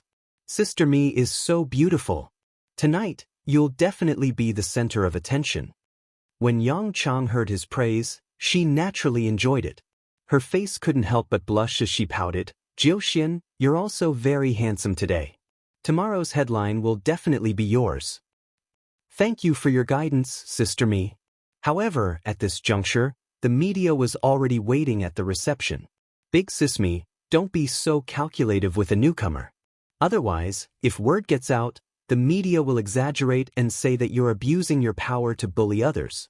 That won't be worth it, Li Jiuxian advised. Yes, you're right. Obviously, Yang Chang had taken his words to heart. She stepped forward and naturally held his arm. Li Jiuxian smiled elegantly and entered the venue with her. Yun Na stared blankly at Li Jiuxian's departing figure, and her heartbeat couldn't help but quicken and thump. Tang Yu didn't continue pestering Yun Na when he saw this. He grunted coldly and warned her before entering the venue as well. Not long after, He Lingxiang arrived. Chapter 141.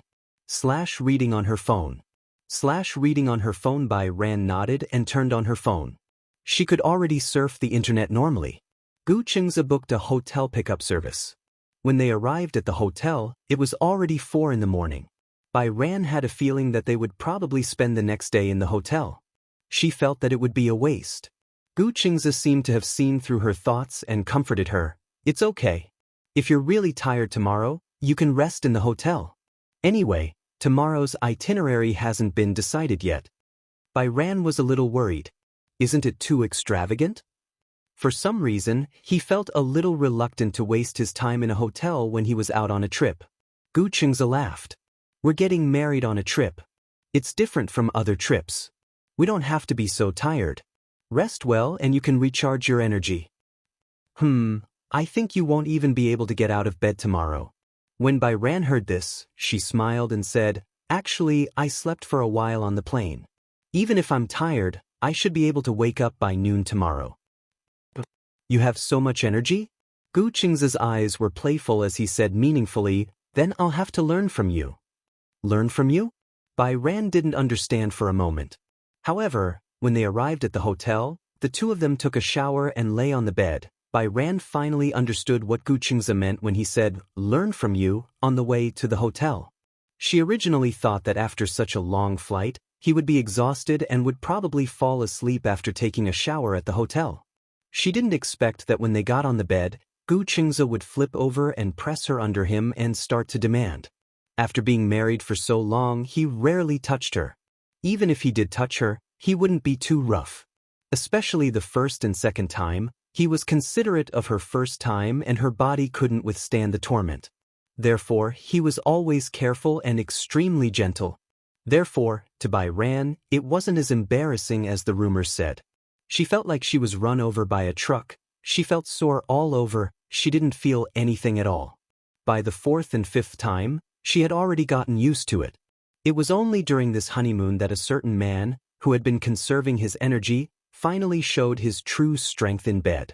It wasn't until the next day that Gu Qingze saw that she was exhausted. Even though he couldn't bear to part with her, he knew that he had to give up. At that time, she felt that her body was as soft as cotton, and she didn't even have the strength to get off the bed. No wonder. It was only then that Bai Ran realized that Gu Qingze was right when he said that she might not be able to get out of bed tomorrow. It turned out that this man already had some kind of plan from the moment he boarded the plane. Gu Qingze carried her. After cleaning her up, he carried her to bed to rest. When he held her in his arms, he couldn't help but feel a little restless. Only then did she beg for mercy. She kissed and pecked him, saying all sorts of nice things. Only then did he hug her in satisfaction and fall asleep. That night she was really tired. The energy she had replenished on the plane had been completely squeezed out. Therefore, she slept especially soundly. She didn't even dream of anything and slept until noon the next day. At noon, she still couldn't bear to wake up. Gu Qingze was the first to wake up. He waited for her to wake up, but she didn't wake up, so he kissed her awake. Watch first episode Zui new chapter section please go to client, mobile address. Watch first episode Zui new chapter section please go to client, mobile address. Chapter 142. Reading on the phone. Reading on the phone at noon, she still couldn't bear to wake up. Gu Qingze was the first to wake up, but she didn't wake up no matter how long he waited, so he kissed her awake. Bai Ran had been tormented by him until very late at night, and a woman's stamina was not as good as a man's. Although she had rested enough and didn't feel sleepy, after an entire night of passion, she opened her eyes but didn't have the strength to get out of bed. Gu Qingze kissed her awake, so he naturally wouldn't waste the rare, honeymoon opportunity. Although they were getting married on a trip, Bai Ran and Gu Qingze had agreed to include a honeymoon in the trip.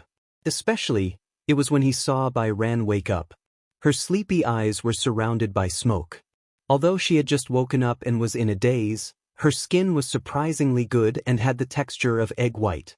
The more Gu Qingze looked at her, the more he held her face and kissed her more and more passionately. The more he kissed her, the more he wanted to have her. Under Bai Ran's half-hearted resistance, he had her twice. It was as if he wanted to vent all the passion and vitality he had accumulated over the past 20 years on this woman in this limited and short period of time. Gu Qingze had been forbidden for too long. It wasn't that he hadn't thought about the relationship between a man and a woman. After all, he was an adult man and naturally had needs. However, he was different from ordinary men. Forget about what happened. Even ordinary kissing and hugging could not be done without a foundation of feelings. It was almost instinctive for him to think about love. It wasn't that he hadn't thought about the relationship between a man and a woman based on feelings. It wasn't purely because he couldn't let go of Bai Ran. At that time, he didn't have any expectations of meeting Bai Ran again. As for the Gu family, they basically turned a blind eye to his relationship problems. Gu Jinglian felt that dating and marriage were two different things. Hence, he was open to dating. However, Gu Qingze couldn't be bothered to deal with it. He felt that it was too tiring to start from knowing each other and then understand each other. In a way, he was too lazy. Therefore, gradually as time passed, he became numb to such things. As long as it was something that could be solved by himself, he would do it half-heartedly. In any case, to him, these were all things that could be solved by himself. However, after meeting Bai Hao, the instinct that had been suppressed in his body for a long time was finally released. It was as if he couldn't get enough of it no matter how much he ate. Bai Ran wanted to cooperate with him, but Gu Qingze was young and hot-blooded. After 2 rounds, he was exhausted. Therefore, not long after, she collapsed in his arms and learned how to act coquettishly. She hummed and pushed him away. Obviously, she couldn't handle it anymore. Unbeknownst to her, Gu Qingze almost couldn't control himself when he heard her whining. "Jean, in the future, you're not allowed to act coquettishly with anyone other than me." Gu Qingze suddenly made a strange request. Bai Hao was a little confused. He didn't understand. "What's wrong? Promise me, okay?"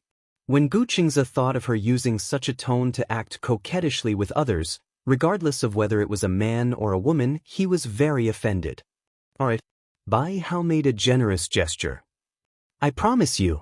What an overbearing man. Viewing starters in new chapter 8 sections, please go to hall guest mobile address. Starters a new chapter sections, please go to hall guest mobile address. Chapter 143. Reading on mobile phone. Reading on mobile phone. In the afternoon, Bai Ran finally recovered and was able to get out of bed.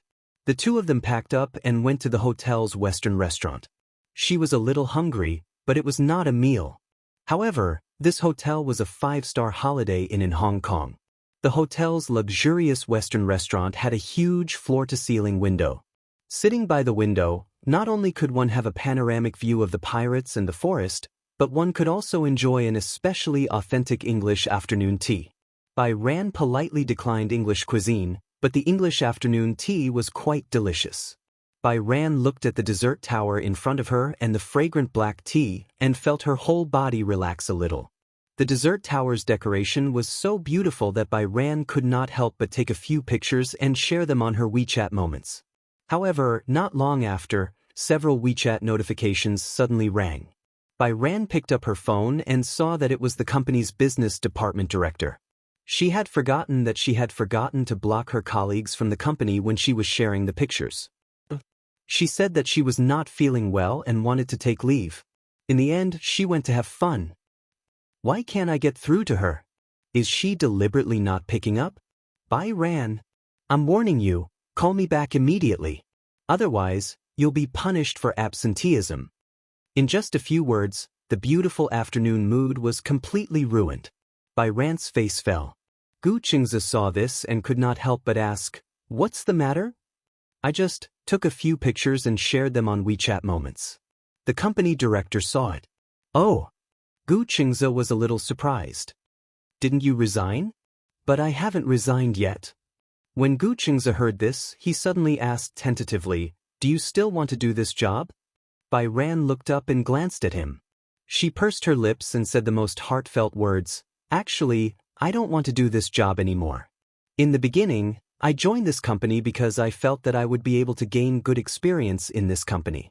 I study design, and in the future, I hope to have my own design studio. However, ever since I joined this company, they only asked for the same designs. Also, because they work with the local wedding dress market, I draw wedding dresses every day until I'm about to throw up. This is not my dream." Gu Qingze nodded. "Then why didn't you resign back then?" "Because if I change jobs and have no source of income, Auntie will say that I'm a freeloader." Bai Zhe was a strong-willed person. She had a strong sense of self-esteem and could not bear such humiliation. Old Gnawing Clan? She had started working as soon as she graduated. Although her salary wasn't high, it was reasonable. She had followed her aunt's wishes and joined the company. She was tired of the same designs every day. She was not an arrogant person, but with her goal, she absolutely did not want to settle for such a small company. If you're not happy at work, then change your job. It's also very troublesome to find a new job. There's no rush. A good job can't be rushed. Besides, I'm taking care of you. What are you afraid of? Gu Qing's especially calm words greatly moved Bai Ran. He said so matter-of-factly that he would take care of her. For a moment, she felt so happy that she was about to float up and watch. Starters a new chapter 8 sections. Welcome to Hall of Visitors, mobile address. Watch starters a new chapter 8 sections. Welcome to Hall of Visitors, mobile address. Chapter 144. For the first time in her life, Bai Ran had the feeling that she had someone backing her up. Unconsciously, the corners of her lips curled up as she secretly laughed. Gu Qingzi saw that she was laughing and could not help but reach out to pinch her cheeks gently. What are you laughing at? I feel like you're my big backer. Now that you've said that, I feel more confident. Actually, Bai Ran was not a career-oriented woman. However, she was a person with a strong backbone. Especially after living under someone else's roof for so many years, she believed that no matter what, she had the ability to back herself up. However, after graduation, under her aunt's urging, she found a company and hurriedly started work.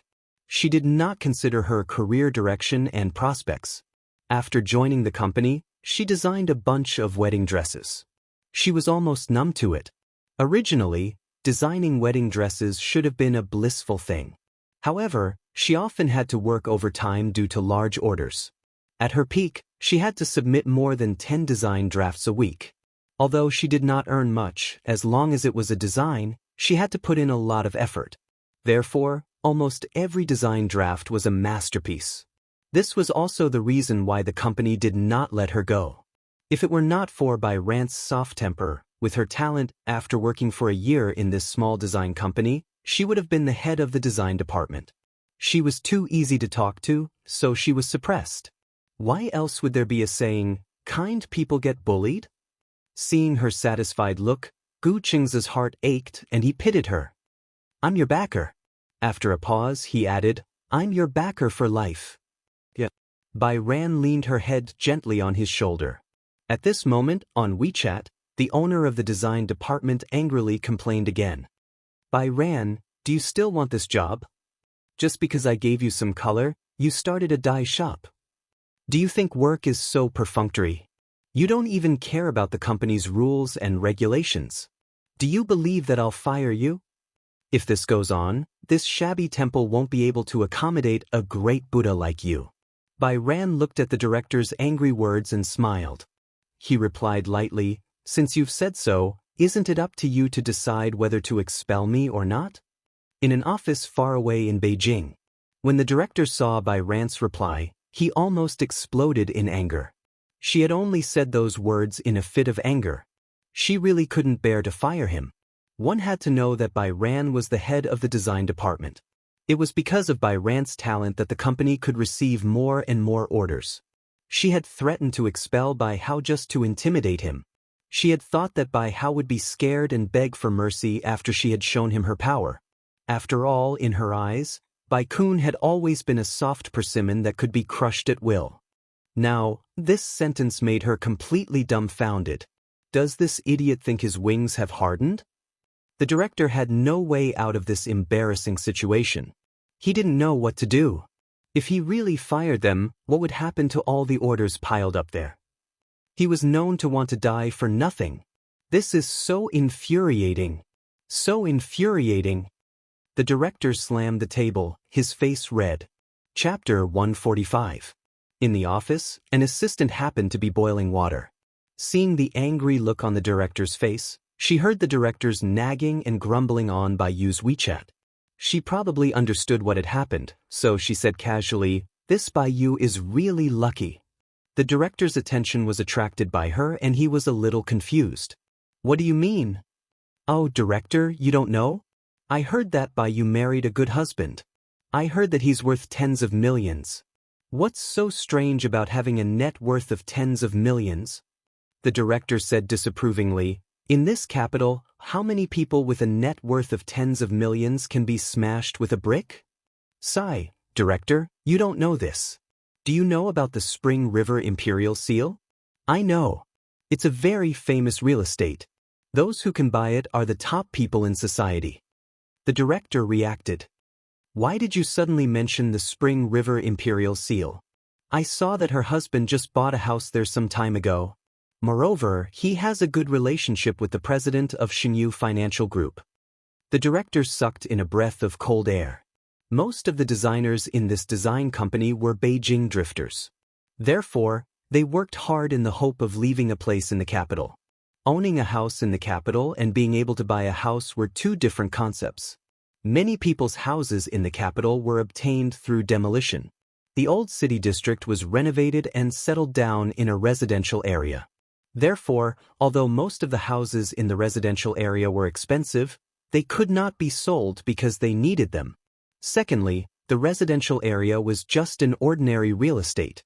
However, the Spring River Imperial Seal was different. This real estate was open to the top elites in society.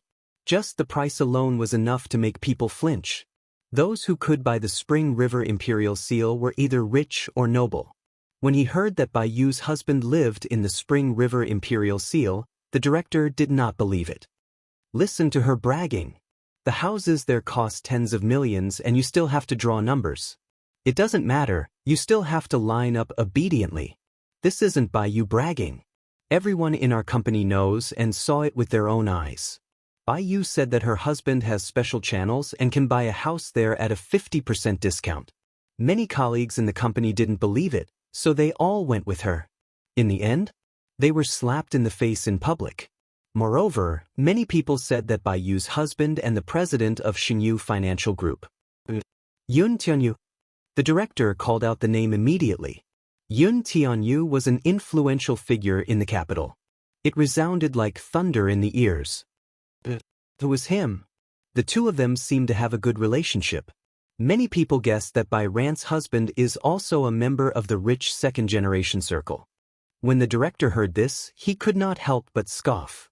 It's not that I want to say this, but this is just a dream. There has to be a limit, right?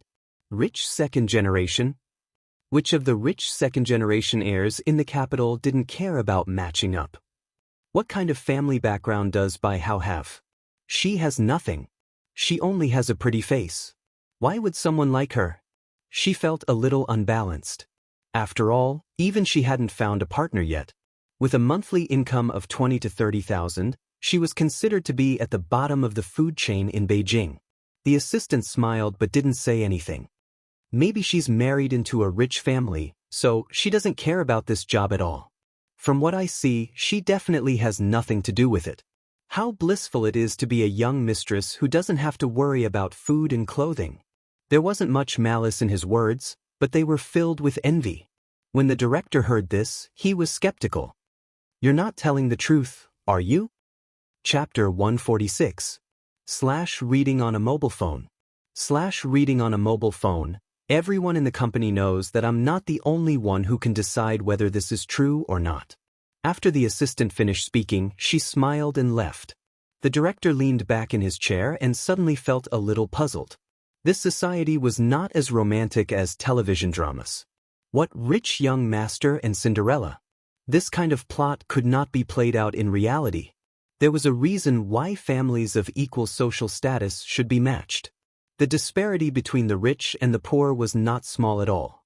Not to mention ordinary people like Bai Ran, even the female celebrities in the entertainment industry could not wait to squeeze their heads into the gaps of the rich and powerful. However, the real rich and powerful looked down on them. Although the aristocratic system had been abolished in the country, just by looking at the banquets, the charity events, and the famous private clubs, it was clear that the abolition of the aristocratic system was just a superficial thing. In fact, many rich people liked to have the title of aristocrats. Everyone wanted to be a dragon or phoenix among men. The vanity and arrogance of humans had always been deeply ingrained. This was a little puzzling. Why could a commoner like Bai Ran marry into a rich and powerful family? That was the dream of many women. Moreover, Bai Ran was usually very dull and did not know how to please people. In the office, no one was willing to play with her. It was not that she was difficult to get along with. First, It was because she was strict with her discipline. She had to go home after work and rarely attended colleagues' gatherings. Second, she was poor.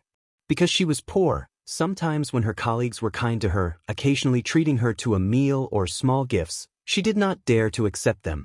Her ability was limited and she did not know how to repay them. It was also because of this that Byran was a little high and mighty in the eyes of others. Such a girl, what kind of tricks did she use? However, where did this phrase come from? Circle. Since she had really married a rich man, the circle of rich people must not be small, right? If they could get closer to her, then wouldn't they have the opportunity to come into contact with the circle of rich people? Perhaps she would be lucky enough to find a Mr. Right that she would be in love with. The director of the design department was already 27 years old. He had been in this company for more than 4 years.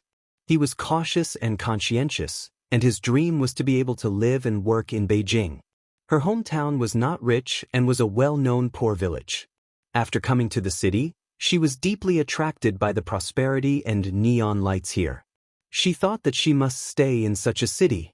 However, she had been busy with work for the past few years. She didn't like the male colleagues in the company because they were from ordinary families.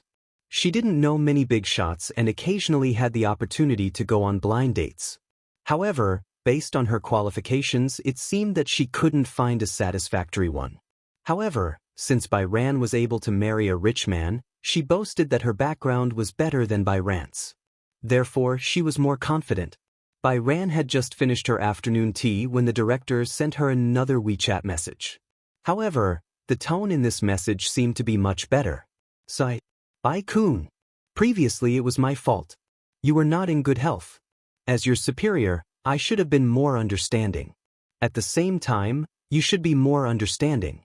I'm also very tired with so many employees. You haven't come to work for a few days, and the partners have been rushing you. I kept asking you when you would come to work, but you didn't reply. Today, I saw you showing off the food on your WeChat moments. I thought you were having fun and didn't look like you were sick. I got angry.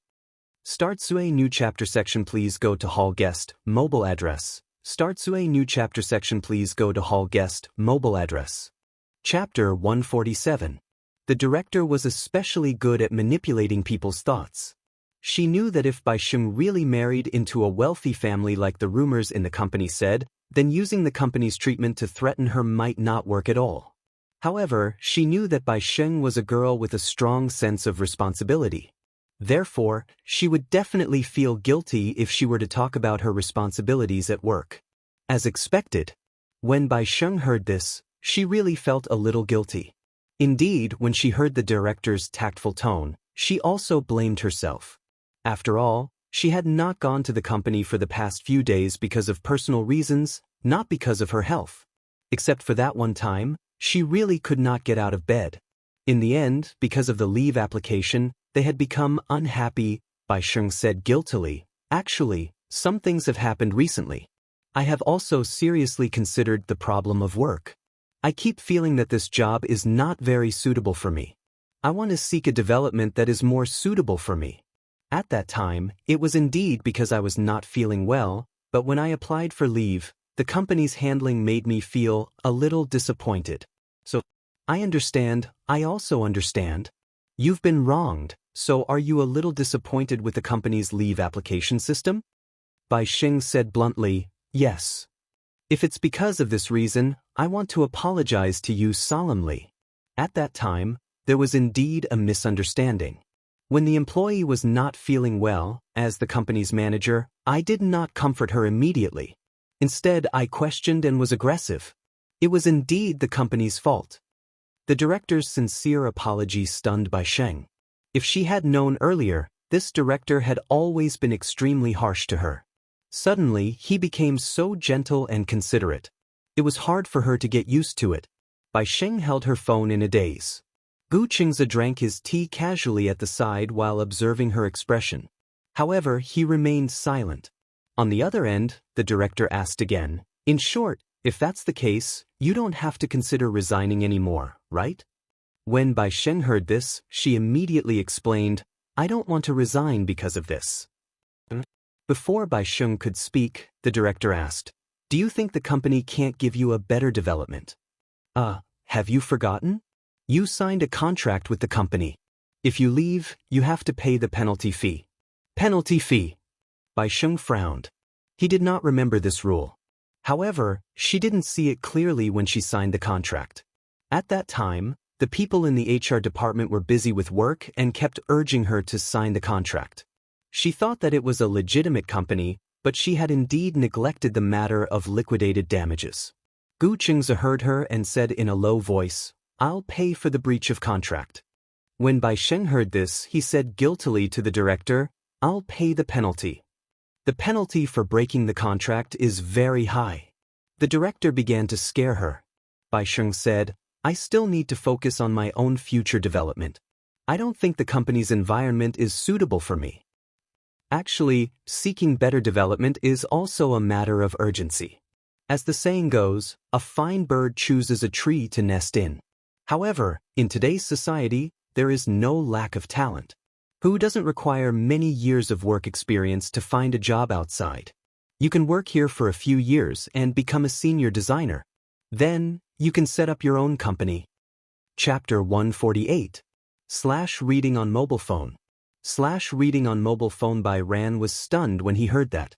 She did not expect that the department head, who usually had the temper of an old hag, would be so gentle and persuasive to her today. Was it really the same person? Bai Yan was not very good at rejecting people. Perhaps, since she was young, there were too few people who treated her well. Therefore, it was fine to say that they were a little mean to her, but she really didn't know how to reject them if they were gentle to her. However, she really wanted to leave, but she did not know how to respond to the department head's gentle tone. "How about this?" the department head probed. "I heard from a few of your colleagues that you got married not long ago?" "Yeah, then you've probably been on a honeymoon during this period of time?" I guess so." Bai Yan glanced at Gu Qingze, who looked at her and smiled. She smiled back and said, "We got married on a vacation." No wonder. The department head's tone was even more apologetic. She said guiltily, "I'm sorry, Bai Yan. I seem to have wronged you. No matter what, you should have fun during this period of time. When you return to the country and come to the company, we'll talk about the details." After hanging up the phone, Bai Yan looked at Gu Qingze blankly. Gu Qingze asked half-jokingly, "What's wrong? Are you softening your heart? Don't tell me you're planning to continue working at the company?" "I heard that the breach of contract costs a lot of money." Gu Qingze smirked. "Didn't I say that I'll pay for you?" "But," Bai Yan pouted and muttered, "I didn't do anything wrong. Why should I pay them the breach of contract?" "There's a price for the breach of contract, but you can't restrict your life because of this visible price. This is not an equivalent exchange." After hearing Gu Qingze's words, Bai Yan suddenly felt enlightened. That's right.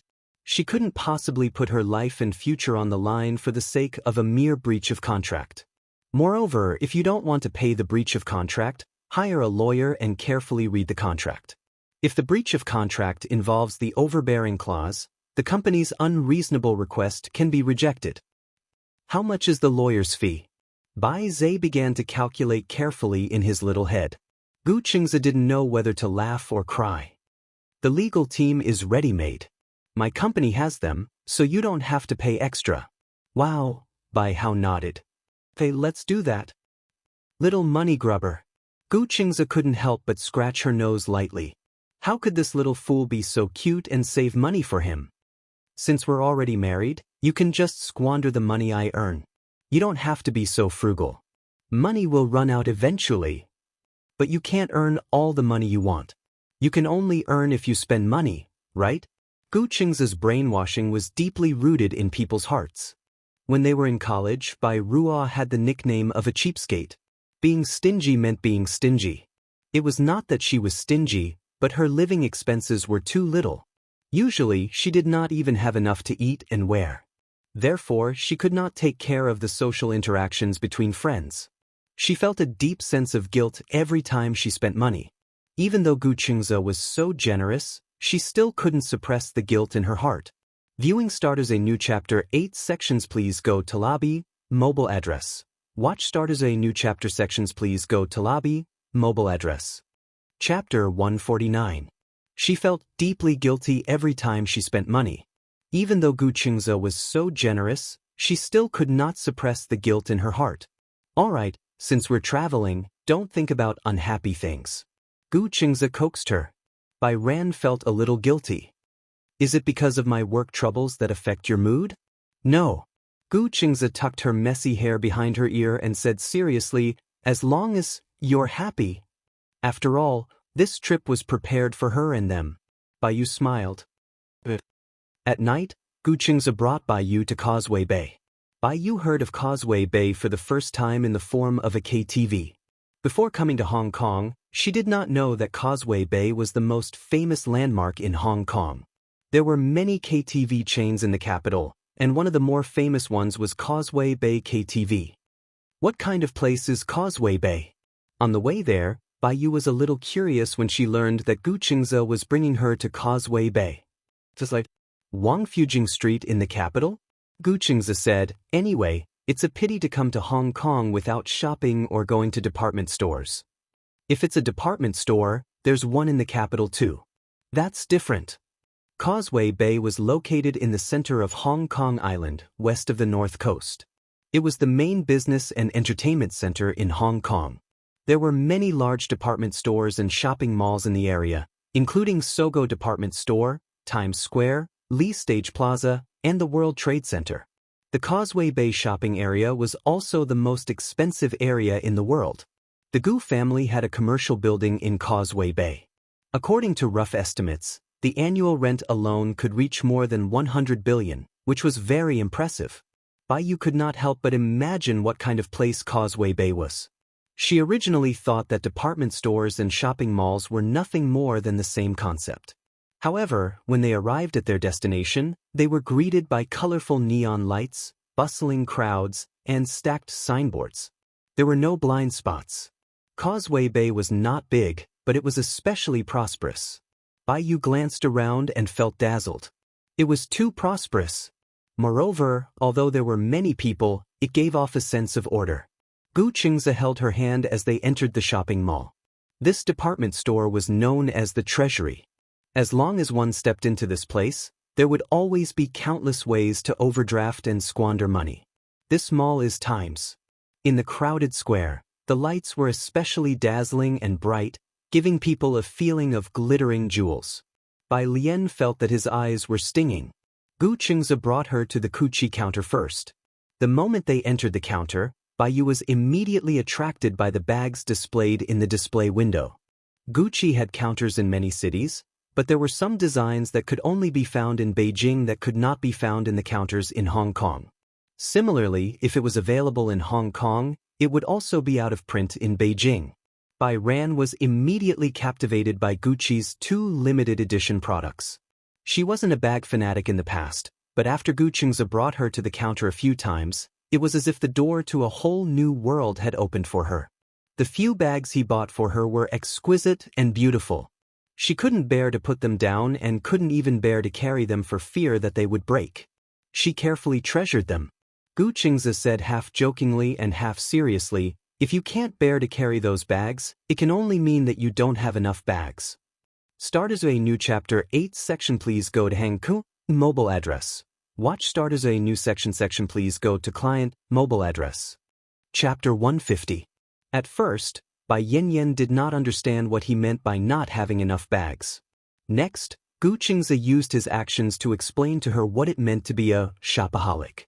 Bai Yanyan boasted that she was a woman who could shop. Although she did not shop much in the past, she often accompanied others to shop. In the past, when she shopped, she only shopped and did not buy anything. It was easy. However, the real tiring part of shopping was that she would enter any store she saw, try on any clothes she liked, pack them up after trying them on, pay for them after packing, and then move to the next stop. From the first floor to the second floor, Gu Qingze carried her like a little chick. He stopped at almost every store and pulled her in whenever he saw something nice.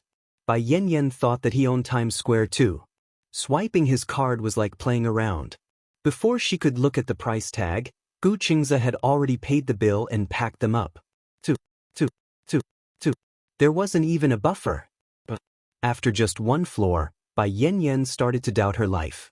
She was so tired that she panted and asked to rest for a while. However, Gu Qingze did not give her the chance.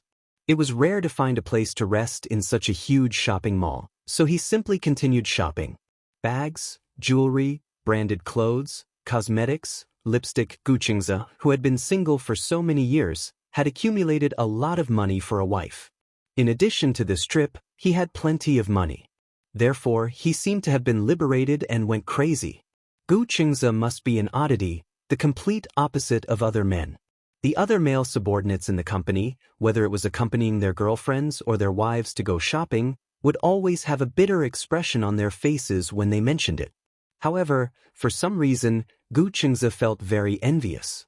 He felt that whether it was a bag or a nice dress, not to mention a lipstick that could be bought for a few hundred yuan, he felt that just these valuable possessions could make his girlfriend and wife happy. This kind of happiness was really precious. Bai Yan was originally exhausted, but when she reached the MAC counter, she could not walk anymore.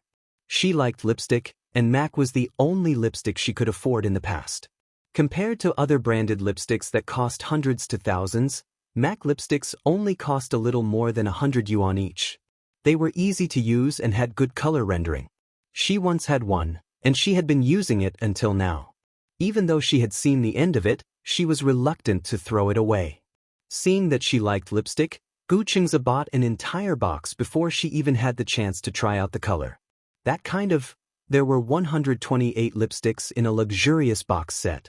There were so many popular brands, and they had everything. Bai Ran had just unscrewed the cap of a lipstick. He hadn't even tried the color on the back of his hand, and he had already placed an order? Bai Ran tugged at Gu Qingze's sleeve in shock. What did you buy? Lipstick. 128? Bai Kun wanted to cry but had no tears. I only have one mouth. I can't even finish it. Moreover, lipstick has a shelf life, and the shelf life is very short. It's okay. If I can't finish it, I'll just keep it as a collection. Gu Qingze said, such beautiful lips. Logically speaking, even if you put on makeup and lipstick every day, you'll be able to keep it on for at least half a year. But there are so many color codes. Do you only use 3 color codes a year?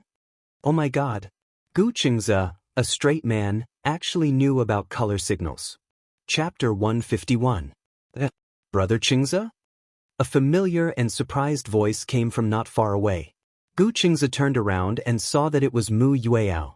He did not expect to see her in Hong Kong. Gu Qingze was not mentally prepared at all. Mu Yueyao looked around cautiously until she was sure that there was no one else around Gu Qingze. Then she walked over carefully. Gu Qingze glanced at her guilty expression and understood that she must have done something wrong. What? Gu Qingze looked at her. Why are you so cautious? Are you alone? No. Gu Qingze looked at her from the corner of his eye. Mu Yueyao saw that Bai Ran was choosing blush and eyeshadow. She was surprised. This is your sister-in-law. Are you married? Mu Yueyao was even more shocked. Yeah, I haven't had the time to inform her yet. When is the wedding? Gu Qingze raised his eyebrows. At least until Nana wakes up. At the mention of Natalia, Mu Yueyao's eyelids twitched and she smiled. Oh right, we've already agreed on it. No matter whose wedding it is, we can't miss it. Yeah. Then, Mu Yueyao looked at him and then at Bai Ran. She asked curiously, why are you in Hong Kong? We're planning to travel and get married first. As for the ceremony, we'll officially send you an invitation when Nana wakes up. Okay. Then I'll wait for Brother Qingze's wedding invitation. After a pause, Mu Yueyao sighed. I wonder when Nana will wake up. Tell me honestly. Gu Qingze suddenly said something out of the blue. Mu Yueyao pointed at herself. It's not the holidays now. Why are you in Hong Kong? Don't you have class? Mu Yueyao's face turned red. She was extremely embarrassed. Did you skip class again? Gu Qingze inched closer. Tell me, why did you skip class? Jing Yang has a fan meeting in Hong Kong tomorrow. I wanted to come early to pick him up and... Gu Qingze's face darkened at the mention of Jing Yang. You guys haven't reconciled yet? Mu Yueyao's face fell at his words. She let out a long sigh, turned around, and rubbed her forehead with a headache. I don't know. He seems to be avoiding me, but even if he doesn't forgive me, I don't care. Even if she could only hide in a corner and secretly watch him, that would be good. Gu Qingze sighed internally. Yueyao was the little princess of the Mu family. She had been doted on since she was young. No one was willing to let her suffer the slightest grievance. Why did it have to be Jingyang? It was simply a calamity in her life. It had been 5 years since that incident. Jingyang still could not forgive Yueyao. However, everyone felt that it was not Yueyao's fault. However, Jingyang stubbornly believed that it was her fault. Yueyao also felt that she had let Jingyang down. Hence, in front of Jingyang, she hid her princess-like arrogance and was careful. She even had a sense of inferiority that did not match her status. She wanted to make it up to Jingyang as much as possible. She had also said that she wanted to atone for that incident. However, Yueyao, don't torture yourself because of that incident. Chapter 152. It's been so long. Are you still unwilling to let go of yourself? Gu Qingze's heart ached for her. She was not responsible for what happened back then. However, after so many years, Yueyao still refused to let go of her. I also want to let go of myself. Mu Yueyao looked up. Her usual innocent smile was gone as she said calmly, if you want to let go of yourself, you have to let go of him. She suddenly clenched her fists and bit her lip hard. Gu Qingze's heart ached as he raised his hand and pulled her into his embrace. Bai Ran had just finished choosing her eyeshadow. When she turned around, she saw Gu Qingze hugging a girl. She was surprised and many question marks popped up in her mind. What was going on? Why was he hugging a girl in an unfamiliar city? Bai Ran did not think too much about it at first. Instead, she had a strange idea. There were many new street games nowadays. For example, blindfolded hugging and kissing any stranger. For example, the recently popular TikTok app. Many boys and girls took their phones to the streets to tease passers-by. Bai Ran suddenly realized what was going on. The person being hugged was her husband. Bai Ran was also somewhat territorial. She immediately walked over with a smile, but she aggressively walked behind Mu Yueyao. She lowered her voice and suddenly said, "What are you doing?" Mu Yueyao was shocked by this voice and immediately separated from Gu Qingze. Gu Qingze looked at Bai Ran and raised his eyebrows slightly. However, he did not explain immediately. Instead, he smiled gently and said nothing. On the other hand, Mu Yueyao was flustered. She knew that Bai Ran was Gu Qingze's newlywed wife. With the mentality of avoiding suspicion, she immediately distanced herself from Gu Qingze. "Hello, sister-in-law." She stood upright. Her outstanding performance in the military training in university made Bai Ran think that she had a military background. What a coincidence. It's fate to meet Big Brother Qingze and sister-in-law here. Ha! She laughed awkwardly, which made Bai Hao puzzled. This girl, why did she feel so guilty? Mu Yueyao was stared at by Bai Ran and felt even more guilty. She quickly tried to smooth things over. Big Brother Qingze is so mean. When did he get married? He didn't announce it to the public. Bai Hao got straight to the point. Why were you hugging each other? Mu Yueyao explained, because Brother Qingze and I haven't seen each other in a long time. I didn't expect to meet you in Hong Kong. Bai Ran looked at Gu Qingze suspiciously. Gu Qingze smiled and explained, I haven't had the chance to introduce you. This is Yueyao Mu. Ugh. Do you still remember my friend at the Spring River Heavenly Seal? Yes. Remember, his name is Yun Tianyu. Yueyao is his biological sister. His biological sister. No wonder when Bai Ran saw Yueyao, he immediately felt that there was something familiar about her. Just like Yun Tianyu, whom she met at the Imperial Seal, and also the movie queen, Yun Shirshir. So she was his biological sister. Bai Ran's face turned slightly red. After all, she had misunderstood Yueyao just now. Yueyao. She smiled and extended her hand to Yueyao in a friendly manner. Hello, I'm Bai Ran. Yueyao hurriedly extended her hand. Hello, sister-in-law Bai Ran. Don't call me sister-in-law, It sounds awkward. No, no, sister-in-law is sister-in-law. Chapter 153. All right. Gu Qingze was amused by Yue Yao's flattering look. Which hotel are you staying at? Hilton. When are you going back? Just as Gu Qingze finished speaking, Bai Xing added, why don't we have dinner together later? Mu Yueyao quickly shook her head. It's okay, no. Let's go together. I have to pick her up at the airport later. Pick her up at the airport? Bai Ran looked at Gu Qingze in confusion. What does this mean? Gu Qingze said, she has something to do later. I'll treat you and Jing Yang to dinner tomorrow. But Mu Yueyao quickly retreated. Bai Ran looked at her back view strangely and asked curiously, what's going on? She seems very shy. Gu Qingze was a little embarrassed. It's because I didn't have time to tell her about my marriage. It was indeed rushed. Also, wasn't our previous marriage considered a secret? I didn't tell my friends and colleagues either. So, it's normal that your friends don't know. You don't have to look so guilty. Gu Qingze's lips curled into a smile. Suddenly, he looked at her mysteriously, but there was a hint of playfulness in his gaze. Your reaction just now seemed particularly strange. Strange? What's strange? Being stared at by him, Bai Yu felt inexplicably guilty. Gu Qingze's gaze deepened. He lowered his head and asked in a voice that only she could hear, you saw me hugging another girl just now. From your gaze, it seemed like you were jealous? Bai Ran was so shocked that she almost bit her tongue. She stuttered. I wasn't jealous just now. I was just a little surprised. Is it difficult to admit that you're jealous? Gu Qingze pinched her nose lovingly and dotingly. Tell me you're jealous. Bai Hao held his breath and puffed his cheeks. This feeling of being seen through was so embarrassing. She had always wanted to be a magnanimous wife. However, when she saw her husband hugging a strange girl, her first reaction wasn't to find out who the girl was, but to feel jealous. He felt that the scene was very eye-piercing. Bai Hao was like a kid who had made a mistake. He lowered his head.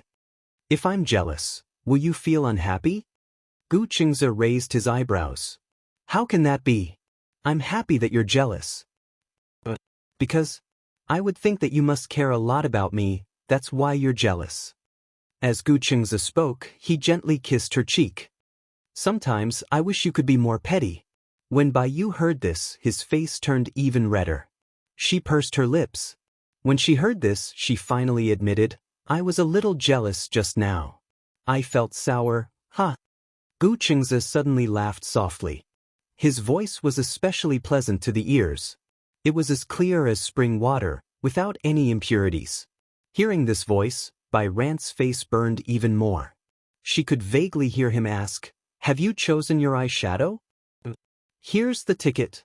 Bai Ran lowered her head and passed the ticket to him. Gu Qingze said to her, wait for me here. I'll go pay the bill. Bai Ran kept her head down as she secretly watched Gu Qingze's back view as he went to pay the bill. The more she watched, the happier she felt. Watch first appearance a new chapter section please go client, mobile address. Watch first appearance a new chapter section please go client, mobile address. Chapter 154. After shopping in Times Square, Bai Ran had done a lot of planning before coming to Hong Kong. Therefore, she suggested that they go to the online celebrity restaurant to check in. In the age of the internet, the concept of online celebrity restaurants and online celebrity dessert shops were everywhere. However, Gu Qingze did not have a good impression of online celebrity restaurants. The so-called online celebrity restaurants were actually cheap, affordable, and more delicious. In the past, when he was on a business trip to another city, he would occasionally want to go to the online celebrity restaurants on a whim. However, in fact, many online celebrity restaurants often had a bad service attitude. Perhaps it was because business was too good and they had to serve many customers every day, so the waiters' tempers were not necessarily too good. In fact, there were countless places that were better than the online celebrity restaurants. It was just that because of the price, they did not have much exposure. Gu Qingze was not very willing to go to the online celebrity restaurants because, as expected, The attitude of the staff should be quite bad. Some people did not care about the service attitude. However, Gu Qingze was a very particular man. He was not willing to spend money to get angry. Don't go to the online celebrity restaurants. Gu Qingze suddenly said, I don't think there's anything good about the online celebrity restaurants. Actually, there are many restaurants that are better than the online celebrity restaurants. I used to come to Hong Kong for business trips often, so I know a few good restaurants. Do you want to try them? When Bai Ran heard this, she was almost drooling. Gu Qingze saw her excited expression and could not help but laugh. Why do your eyes seem to light up when it comes to delicious food? Because I'm so hungry. I'm a little hungry. As Bai Ran spoke, she tilted her head. I think that in this world, only love and delicious food can't be let down. Okay, you won't let me down, you won't let me down. It's a good thing that you like to eat. How is it a good thing? Because if we quarrel in the future, as long as I take you to eat delicious food, you definitely won't be angry. Gu Qingze said it so matter-of-factly. Bai Ran said, won't you feed me until I'm white and fat like this? Gu Qingze said with a serious expression, isn't it good to be white and fat? You're so thin now. When I hold you in my arms, I feel that there's not much meat on your body other than bones. Bai Kun pretended to be angry and said, when I eat until I'm white and fat, won't you dislike me? Why would I dislike it? Gu Qingze raised his eyebrows and said, I like you. Even if you're as fat as a pig, I don't care. Really?